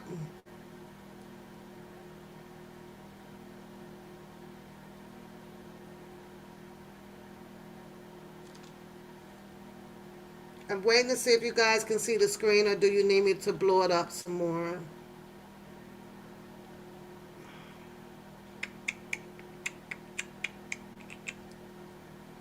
Then I got to see how. Where is the magnifying? Okay, there it is. It's up. Okay, you can see it. It's still blurry, and I don't see my. I don't see my. That's the search button. I don't want that. I'll blow my screen up. I don't know. I don't even see it on here, on this page. I was gonna try to read it to you guys because I don't see my blow up button. Let's see if it's over here. Oh, okay, there it is. I found it. I found it. I found it.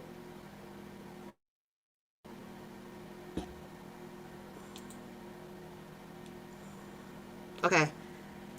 It should get a little bit bigger in a second. It's just got to catch up with the other screen. That's all.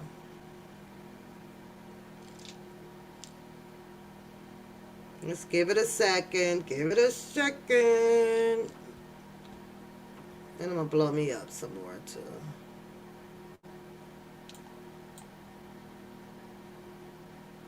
It's blowing up. It's got to catch up. I'm working with two screens, y'all. Look at y'all, girl. I've got it going now. So, let's give it a second. Then I'm going to read it once you guys can see it. I'm going to do that. See my little logo at the bottom of the screen? Which I see my emoji on the screen? Yeah, that protects my work, with my commentary. So that's pretty cool. Okay, I'm gonna get going. It says after 5 weeks of argument. Let me go. Yeah, there's the Brooklyn courthouse right there, you guys. That was photographed by Richard Levine Alamy. It remains unclear why two of R. Kelly's alleged associates who were indicted in a federal case against him in Illinois. Keep that question in mind. Two. It says two associates. Okay? Associates. I need to draw on this. They were indicted in a federal case against him. Okay? Against him. Okay, beauty. Okay, baby. After this, we're going to be leaving anyway. So have a good night, and I'll see you tomorrow night. After 5 weeks of arguments and testimony at the federal courthouse in Brooklyn, the trial of R&B star R. Kelly will soon come to a close. This past Monday, the prosecution finished presenting its case against Kelly, who is being tried for a number of alleged crimes, including racketeering, sexual exploitation of a child, bribery, kidnapping, and forced labor, and violations of the Mann Act, which criminalize the transportation of people across the state line for sexual exploitation. Kelly has pleaded not guilty and denies all the charges. If convicted, he can go to prison for life. Although many of the star's allegedly victims have told harrowing tales of sexual abuse on the witness stand, dating back to when some of them were minors. It is the racketeering charge that has most captured the public's imagination. Prosecutors argued that during a 30-year career in which Kelly sold 100 million albums. Is my screen froze, you guys? It looks like it's froze up there. He simultaneously operated a criminal enterprise designed to target, groom, and exploit girls, boys, young women for his own sexual gratification. The defendant has surrounded himself with a team of people made up of dedicated employees and close associates. The assistant U.S. Attorney, Maria Cruz Melendez, said during her opening argument, and you will learn that the defendant uses that inner circle as his means to a criminal end. The prosecution spent 19 days making its case, followed by the defense, which moved quickly, calling only a few witnesses. But a question may linger for the jury. A question may linger for the juror as both sides prepare to deliver their closing arguments. If Kelly was the head of an enterprise, criminal enterprise, My screen is so froze, you guys, because it ain't moved, and I've been reading and reading and reading. Oh well. Why is he standing trial alone? And it has been one question, one of many questions that a whole lot of people have been asking out here. Why did Mr. Robert Sylvester Kelly stand trial alone? Right?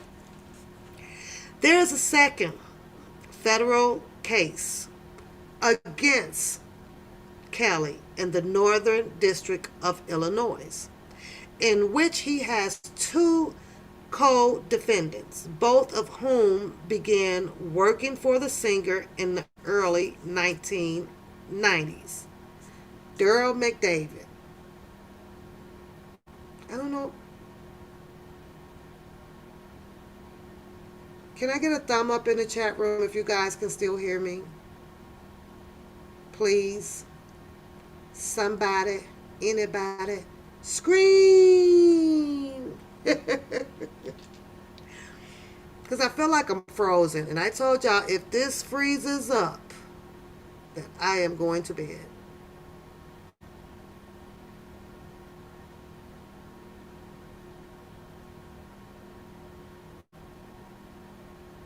Okay, so you can still hear.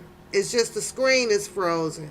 It seems like it's freezing from the other screen. So I'm gonna have to work on that. I'm gonna have to find where this glitch is at. That's doing this. Okay, let me finish reading this. Thanks, guys. So it says there's a second federal case against Kelly in the Northern District of Illinois, in which he has two co-defendants, both of whom began working for the singer in the early 1990s. Early 1990s. When did Don Russell said he came around? 2018 or something like that, right? End of 2018 or so, right? Oh, I'm moving, but oh, it looks like I'm frozen on my side. Okay, I'm gonna keep going. You just let me know, Shannon, if you see something where I need to stop so I don't be talking to myself, please. Thanks. So, Durham McDavid, a former business manager for the Star, and Milton June Brown. Daryl McDavid, a former business manager for the Star, early 1990s. Milton June Brown, a senior assistant. McDavid quit in 2013. Okay? He quit. He's gone. Finito. Probably still have contact. He just quit. After a financial dispute with Kelly. So, my question to you guys, because Don Russell is a hot topic out here with being merged into being this informant, right? Right? I see it out there. I see his picture. I see it. I see it. I see it. So I have to ask myself. I keep asking myself, what is it that I'm missing that, other bloggers or whatever is. What am I missing? How when they say that he's the informant or he is stolen things from Mr. Kelly, but here it tells you back in 2013 that Mr. Kelly and Daryl McDavid was already in some type of dispute. It could have been infuriated or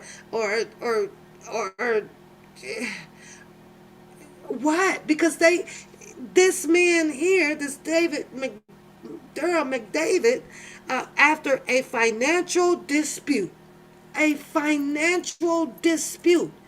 And when you hear something like that, you have to say, you know what? This man has to be, allegedly a suspect of continuing to do informant harm or you just bitter harm against Mr. Robert Sylvester Kelly because they had already been in an entangle of a financial dispute. Okay, I did not. Let's keep going because this is for tomorrow. I want to talk about this tomorrow. After a financial dispute with Kelly, Brown worked for Kelly until at least 2018. So that puts him right before, I guess, Donnell Russell came about, right? Donnell Russell comes in, Brown is gone. Okay? Whew. Brown, in Chicago, Brown faces one count of conspiracy to receive the child pornography and one count of conspiracy to obstruct justice. So this is where the question falls in line as to why is Mr. Kelly standing alone? Why?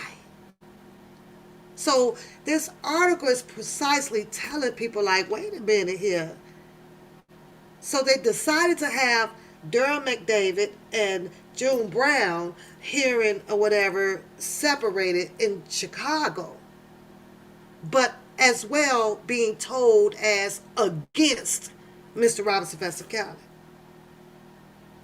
But yet then Mr. Kelly is in New York and stood trial alone.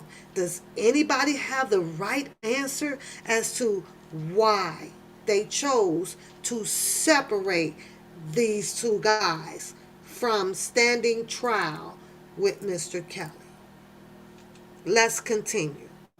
In Chicago, Brown faces one count of conspiracy to receive child pornography. McDavid faces 4 counts relating to handling child pornography and one count of conspiracy to obstruct justice. These charges all stemmed from a period of 2008, during which, and we all know that at that time, Mr. Kelly ended up with the acquittal and got to go home after that trial, which the state of Illinois tried Kelly for child pornography. The trial was narrow, focused on a single videotape involving a 14-year-old girl, and Kelly was subsequently acquitted. Prosecutors now allege that Kelly and his assistants, and here there are 2 of them that was named allegedly as his assistants.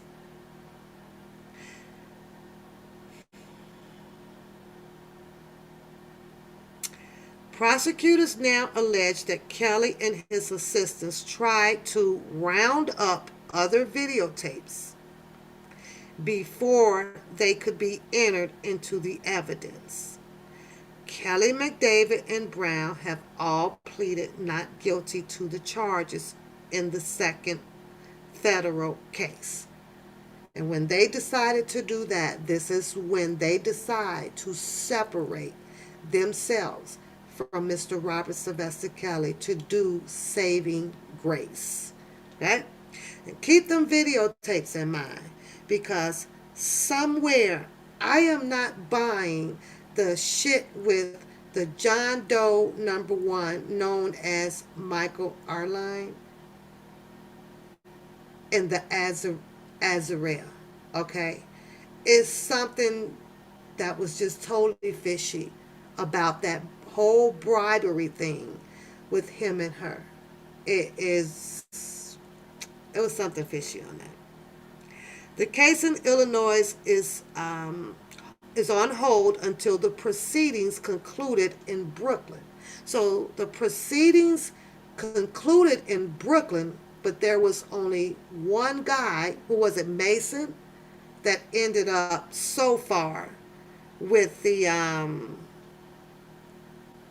case seal, charges dropped or whatever. I gotta look up on Pacer and see what happened with Mason, but I don't believe anything happened to him.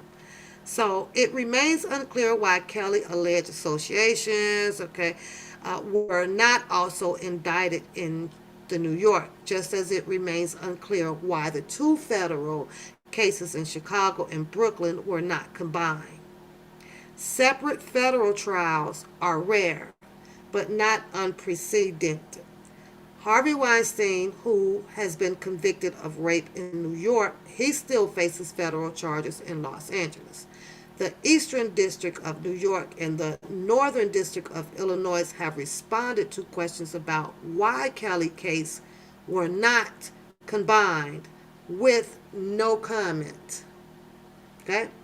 So in the meantime, Daryl McDavid and June Brown loomed over the trial in Brooklyn, not physically present in the courtroom or charged in the case, but mentioned by many witnesses who have been called to the stand. So those two gentlemen names were periodically coming up with some of the females that came and testified against Mr. Robert Sylvester Kelly as pointing their fingers to, those two as well. But New York decided to not try anybody in this case but Mr. Robert Sylvester Kelly. Exactly, Shannon. Exactly. Exactly.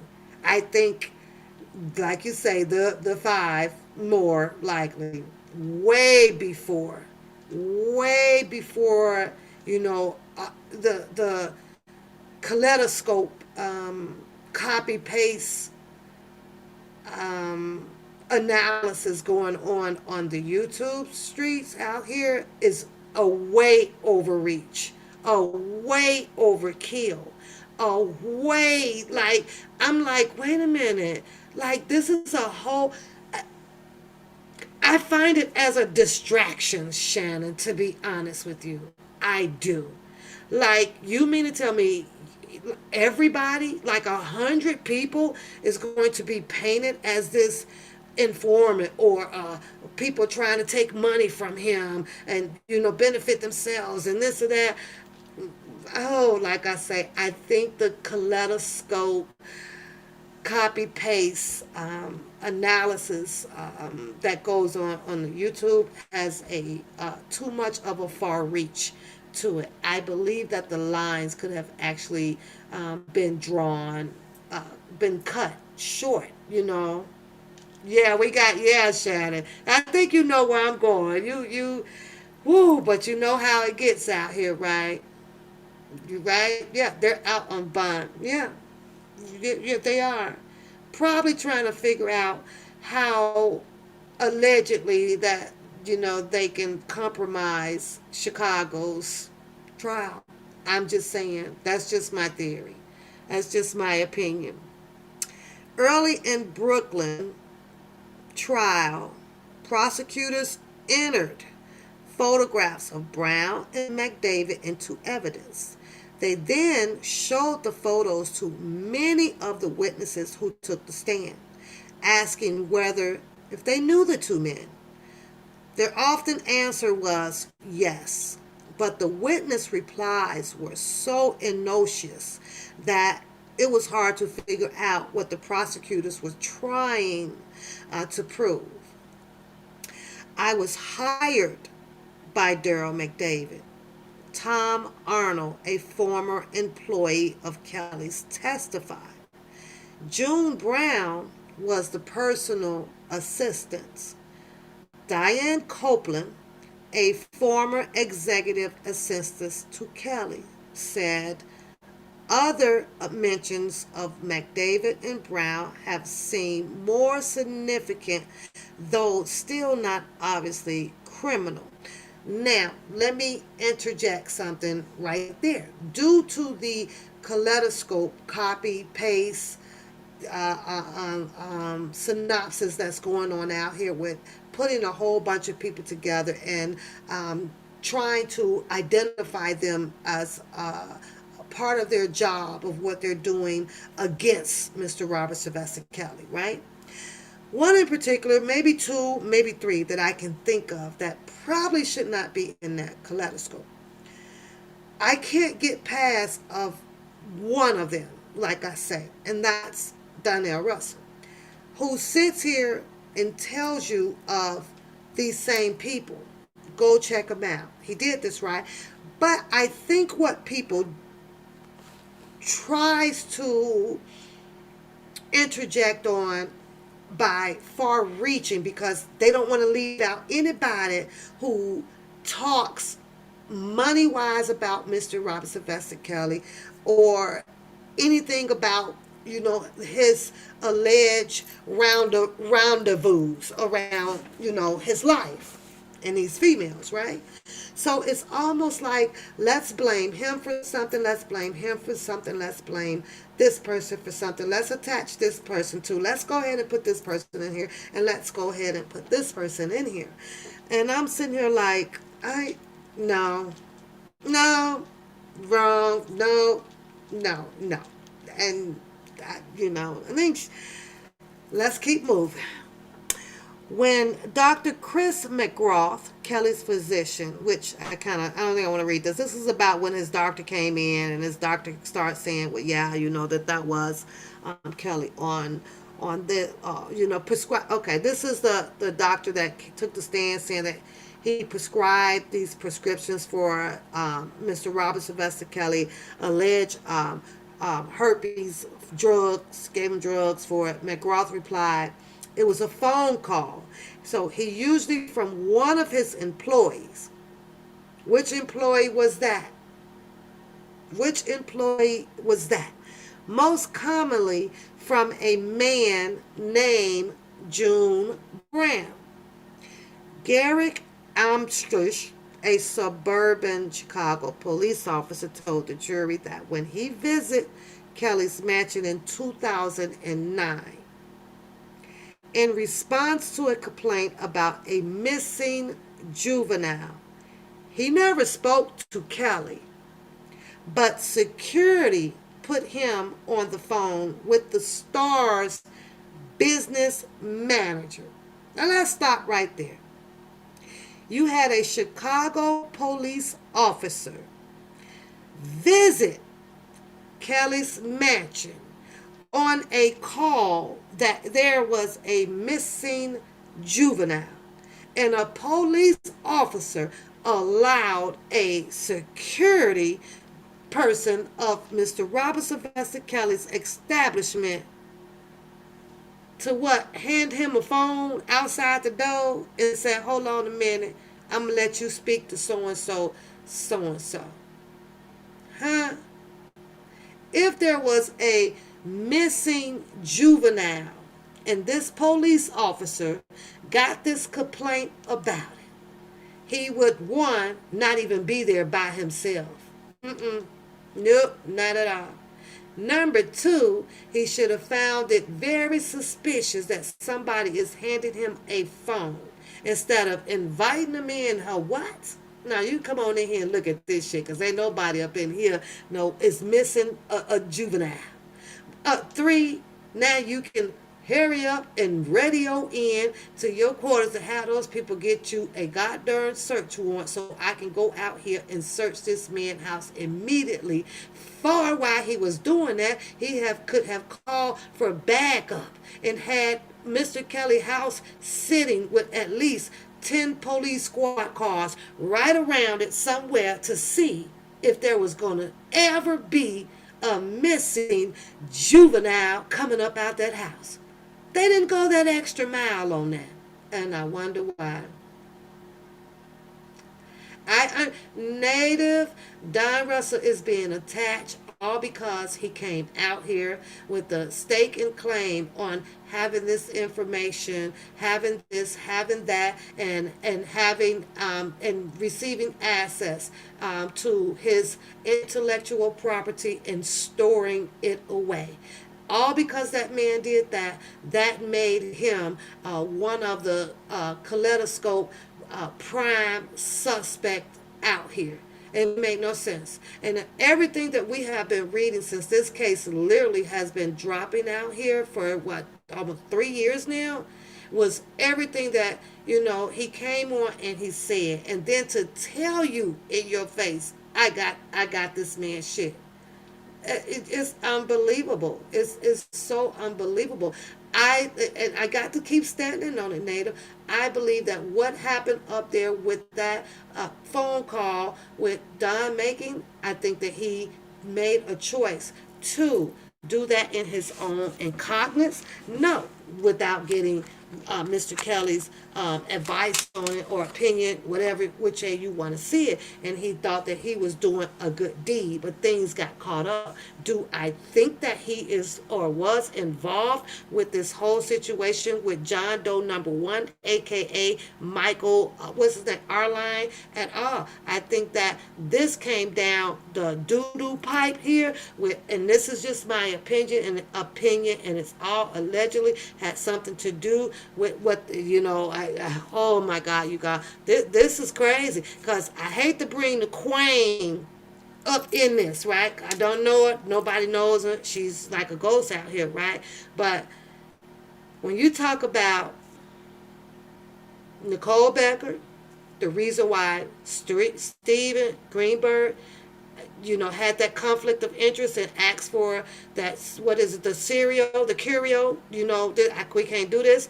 And with Becker being intertwined with Jocelyn and Azrael when they were already under an attorney. I forget that attorney's name. It's a white attorney, right? And Michael Williams. Okay. And you think about it, all of a sudden, there's this call going out to Azrael. And at first it was, a couple of million, we're going to offer you this. First of all, somebody needs to go find it. Was it, yeah, I'm just saying. When did, I'm just saying, you guys. This is a very, very, very sticky. Oh God, this case here and these people here. I'm just saying there's a hidden, in my opinion, really bigger reason of why Nicole Becker ended up off of that case. It is. It really is. Mr. Kelly argued about keeping her on there. He did.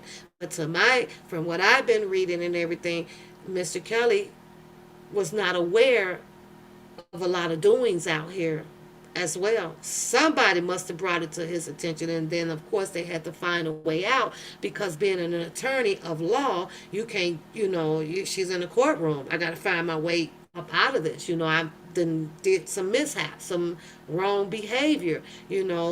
As the stuff that I'm reading, I promise you guys, I've asked myself at least 20 times, I'm going to drop this and then I'm going to leave it there. I wonder, will attorney Nicole Becker be brought up on charges? I wonder, will she ever have to face, the people? That's just my opinion off of what I'm just saying. Y'all, because this is some crazy shit. Huh? You have to go all the way back and think about that whole bribery thing, It's hard to talk about it, right? Because we all know that this all kind of circles around Mr. Robert Sylvester Kelly. So here I am. I used to sit and think that at one point I did. I just like, well, wait a minute, because I got, sent a little information. I never come out here to talk about it. Like, well, it was a possibility that Mr. Robert Sylvester Kelly and Nicole Becker may have had, a little bit attraction to each other, and that never ended up being the case. This is some intertwining ass shit back then and I do believe allegedly Steven Greenberg does know the real deal about that goddamn whole bribery thing. And that's just how I feel about that. But like I say, it's my goddamn opinion. I'm hoping that that's not the case. I'm really hoping that that's not the case. And it sucks. But this is exactly why I did not want to get into reading so much of this stuff about I just don't. I really don't. But let me finish this up. Most commonly from a man named June Brown. A suburban Chicago police officer told the jury that he visited, and the jury had no freaking questions behind any of this. None. But this is what he told the jury, that he visited his mansion in 2009 in response about getting a missing juvenile. Huh? Well, Jennifer Bongine, I'll say that's a miscarriage of goddamn justice, because Mr. The police officer, what is it, Garrick Amschlish? Yeah, he was so concerned about a goddamn missing juvenile. Yeah, he'd had squad cars or all around that damn house waiting to see if there was ever going to be a juvenile coming out of it. Yeah, I'm moving on too, right, Shannon? I'm moving on. I might. Oh, Shannon. Oh, Shannon. And you wonder why I kind of sit over here and do blotches of this stuff, because this shit is dangerous. This stuff is very, very lucrative, fucking dangerous. Like it is. It is. Yeah, I got mine native. So, but security put him on a phone with the star business manager, who said that the juvenile had left. So you mean to tell me that one of Mr. Kelly's security people, who he pays to do security of his premises, just coincidentally blurted out to Officer Garrick Armstrong that, my bad. Oh yeah, that missing juvenile just left. Seriously, and that whole house did not get raided, or Mr. Kelly, like, he didn't get picked up that day? Or where did the missing juvenile go? Did she just go home? Did she just go home? Did the police do a follow-up? Did she do his cameras to see what missing goddamn juvenile was up in that home? Nah. Oh, goddamn miscarriage of fucking justice right there. Take that goddamn nigga off the police squad. He did a terrible goddamn job. But I'm just saying, his own goddamn security people eluded that fucking information out here to the goddamn Garrett Ashman. Hold on.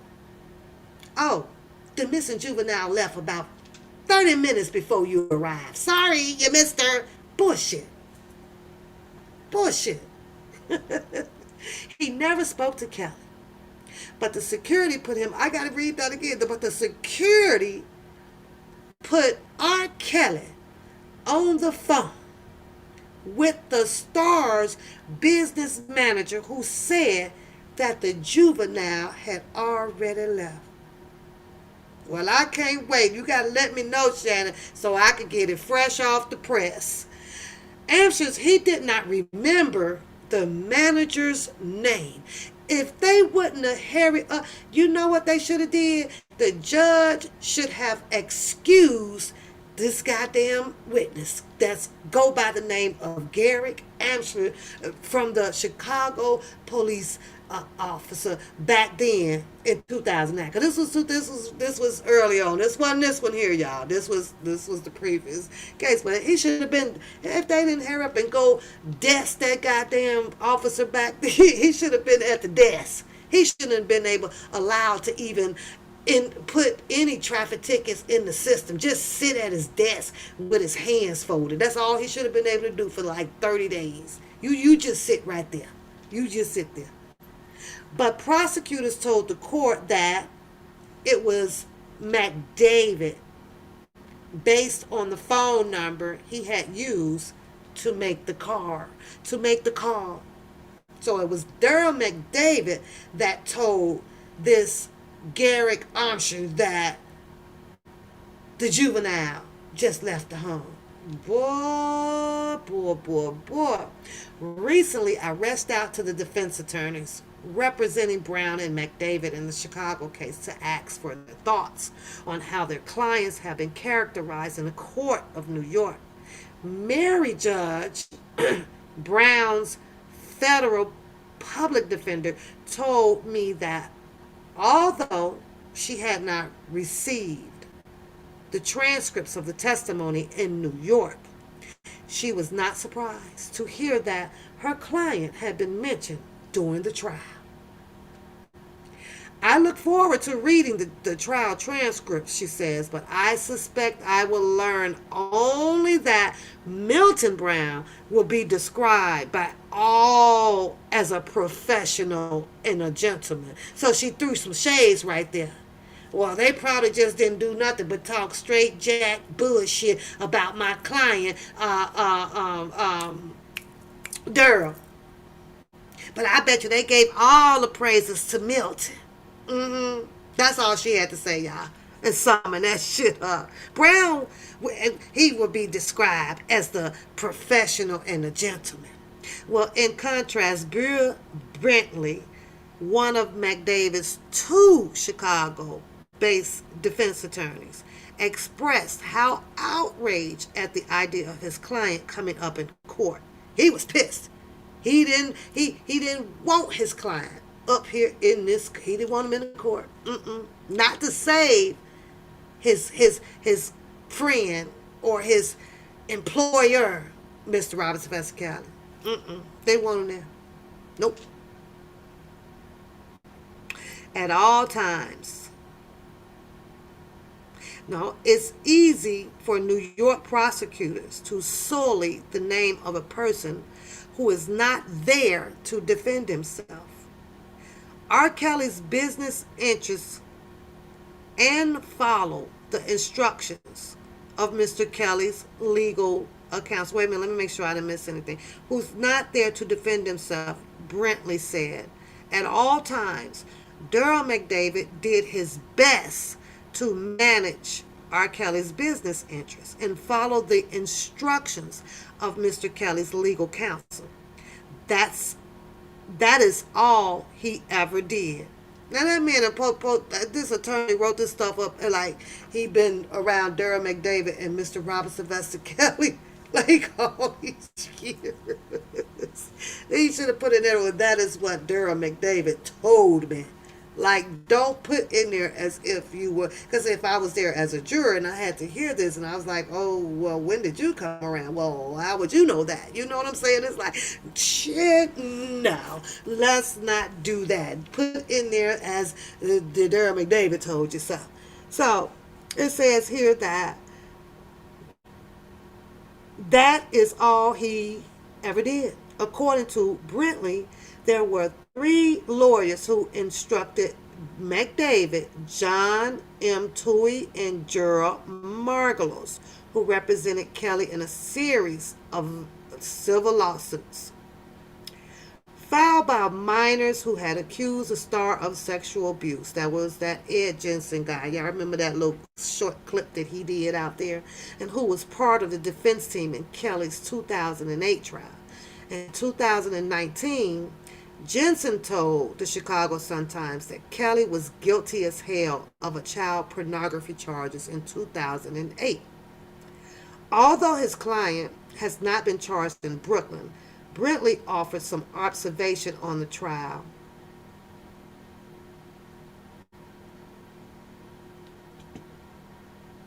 My screen went black, Shannon. My screen went black. If I get one more, I'm out of here. I'm out of here. We're going to be taking caller 5562 on the hotline. On the hotline. She's super chat. You can get your questions and your opinions up to the top of the everybody in the chat room, but I must see them come up. And don't forget to like and share and subscribe to the channel. I'm going to have that line down pat. I am. Although his client has not been charged in Brooklyn, Brentley offered some observations on the trial. RICO is the easiest thing for the prosecutors to win because it is so broad. Nobody understands. Oh, it is. It's Shannon, my screen is black. What does my screen look like on y'all end? Because my screen is black over here. He is referring, RICO is the easiest thing for the prosecutors to win because it's so broad and nobody understands exactly what the hell an enterprise is. he said, referring to the Federal Racketeer Influenced and Corrupt Organization Act. But, he added, there has never been a racketeering case that I am familiar with where the supposedly coordinating members were somehow left out. Now put that in your pipe and smoke it. He cannot understand how in the hell that Daryl McDavid and the Jim, what's his name, Brown, was left out of this. If they were going to put a racketeering, influence, and corrupt organization act on Mr. Robert Sylvester Kelly. Yeah, he couldn't understand. I am so blacked out over here. I'm trying to get through this though. Wait a minute, go back over here. Jeffrey E. Jurl, a Minnesota attorney who specializes in the RICO case, disagreed. Technically, it is not unusual to try a RICO case with one member of an enterprise, he said. R. Kelly is the godfather in this case. This is said by Jeffrey E. Grill out in Minnesota. He allegedly operated and managing that enterprise, and he's very intentionally and very purposefully giving these people the task of essentially wrangling up victims for him. How they do it, it is up to them. It's moving, because I'm black over here. It's moving. I am reading from the New Yorker. The New Yorker. How they do this, it is up to them. But he's the person that's directing all of this. Although some might assume that it would be harder to prove a racketeering case against Kelly without charging other members of his alleged enterprise. It may have been a canning strategy by the prosecutors for this criminal trial, in which the burden of proof is on the government. Focusing on one defendant has allowed the Eastern District of New York to keep the spotlight on Kelly in a complicated trial involving scores of alleged associates and victims, some of whom are no longer alive. Prosecutors can invoke the names of his potential accomplices without devoting time to proving their guilt. And that is exactly what they did. Beyond a reasonable doubt, the complexities of the charges, particularly these involving racketeering, are difficult to unravel in a courtroom. Time consuming. They wanted to get one fish, so they had to come in with their uncanny or canning strategic goddamn move. As a prosecutor, in the circumstances of this case, he said, I think that they just trying to overwhelm the juror with bad conduct and get the juror to the point where it's like, I don't care what we do. You know, we just need to put this guy away. Y'all agree with that? Do you agree with that part of it?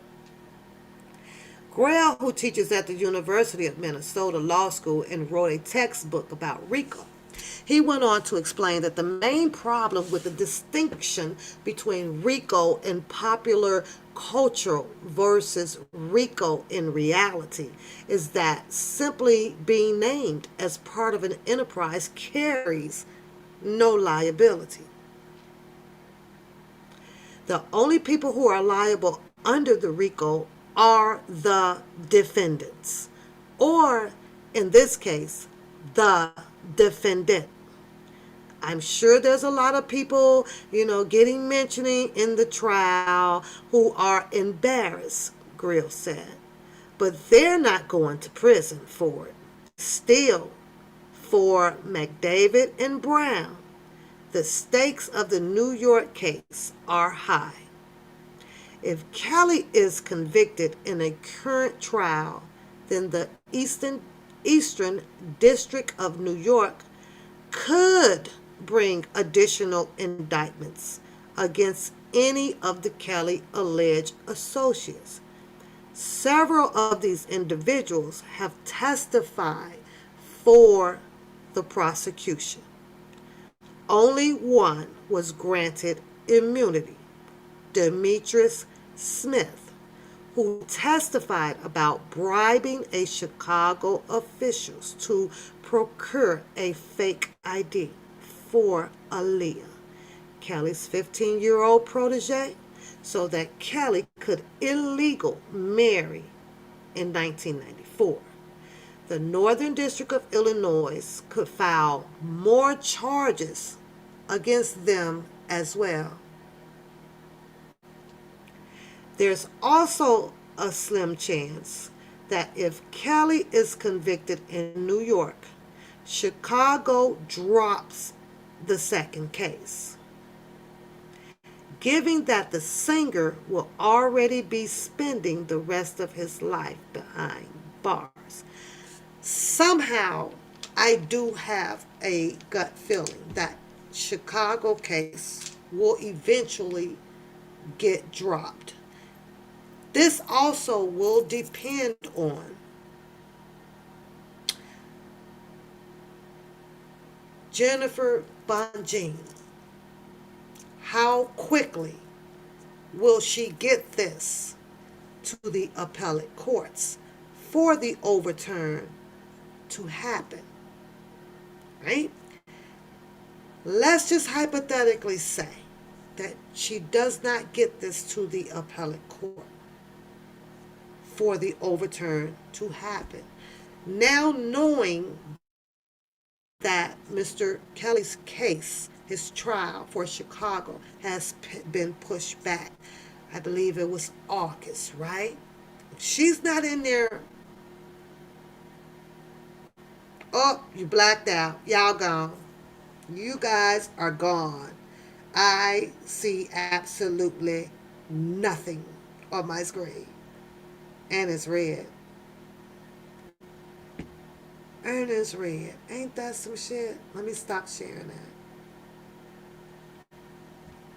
I'm going to try to come back so I can say goodbye. That's about it. Because there's still more to this article. But yeah, you guys are gone. Gone. Let me see.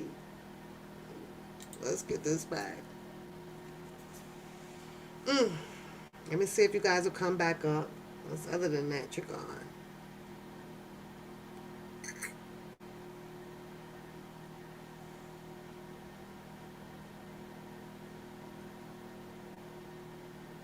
Fucking Microsoft Edge. I'm going to get rid of that. I think that that's what's doing it too, is Microsoft.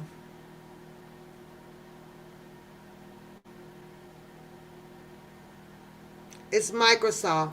Yeah, I got to get the Microsoft Edge off of here. I don't like it because that's what's doing it.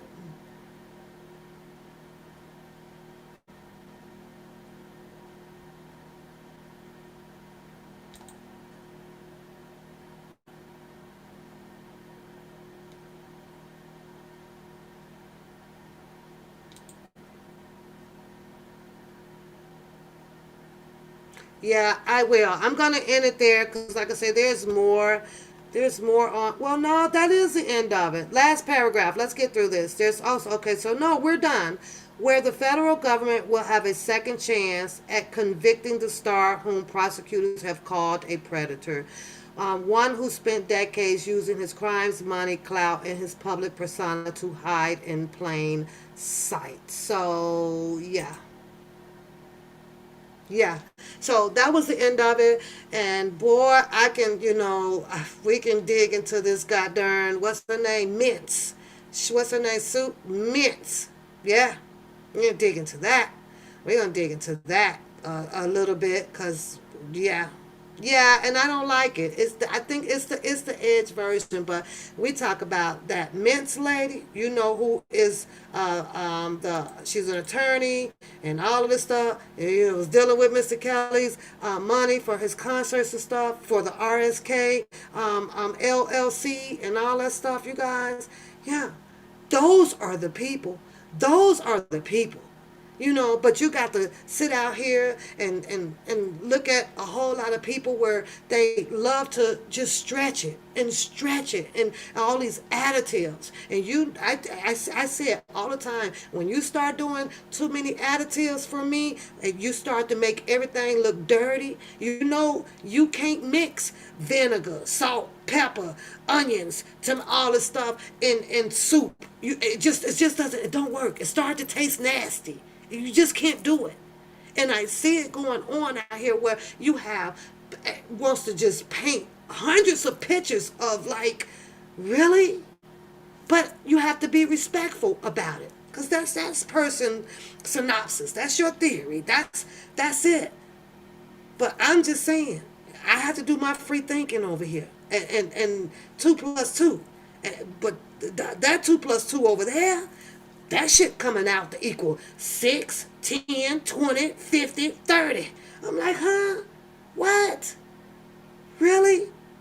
But then I can honestly admit that I don't see no really solid proof either of the accusations and the allegations of combining all of these people for doing this and this and this and this and this and this and this and this. I was like, if you don't go sit down somewhere with this fucking skeletoscope shit here. But hey, to each his own, right? To each of its own, y'all. It's crazy.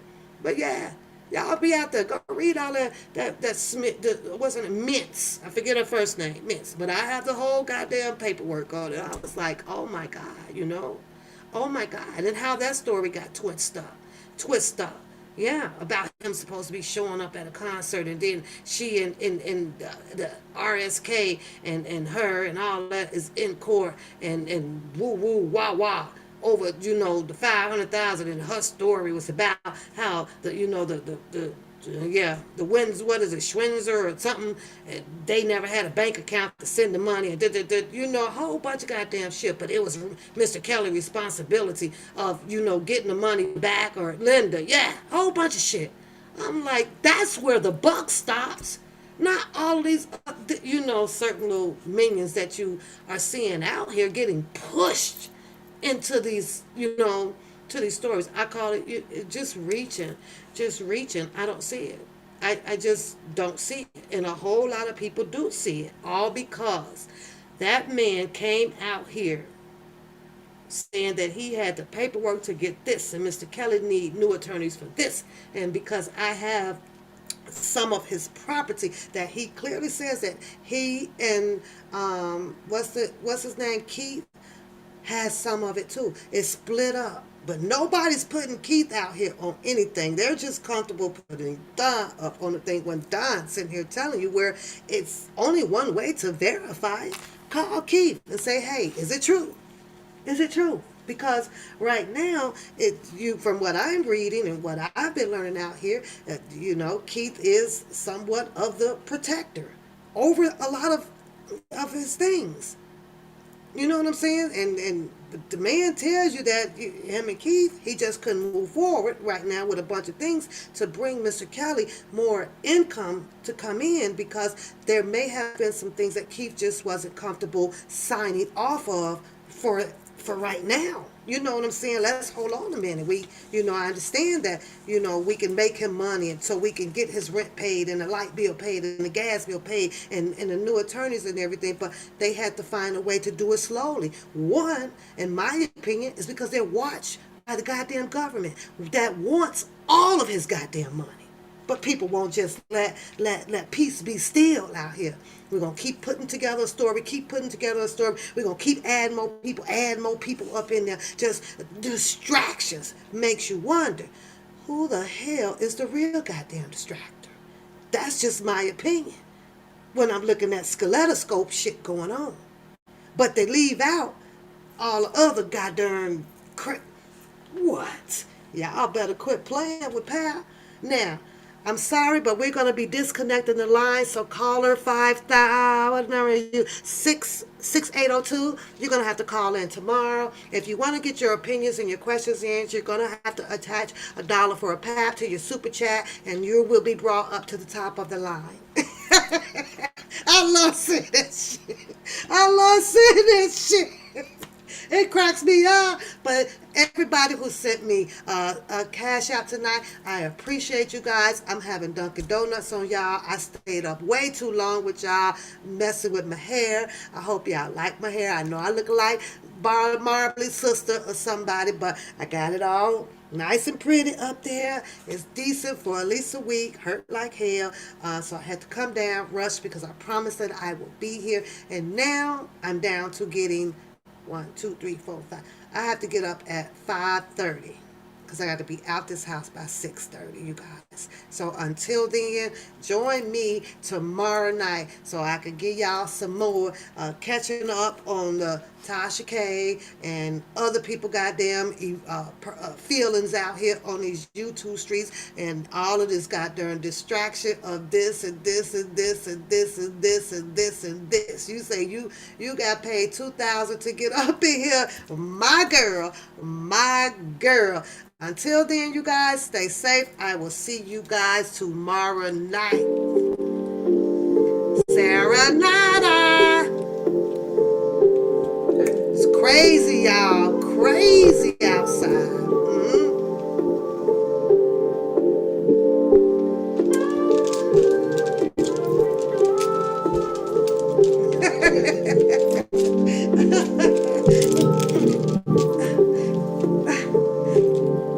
I did it.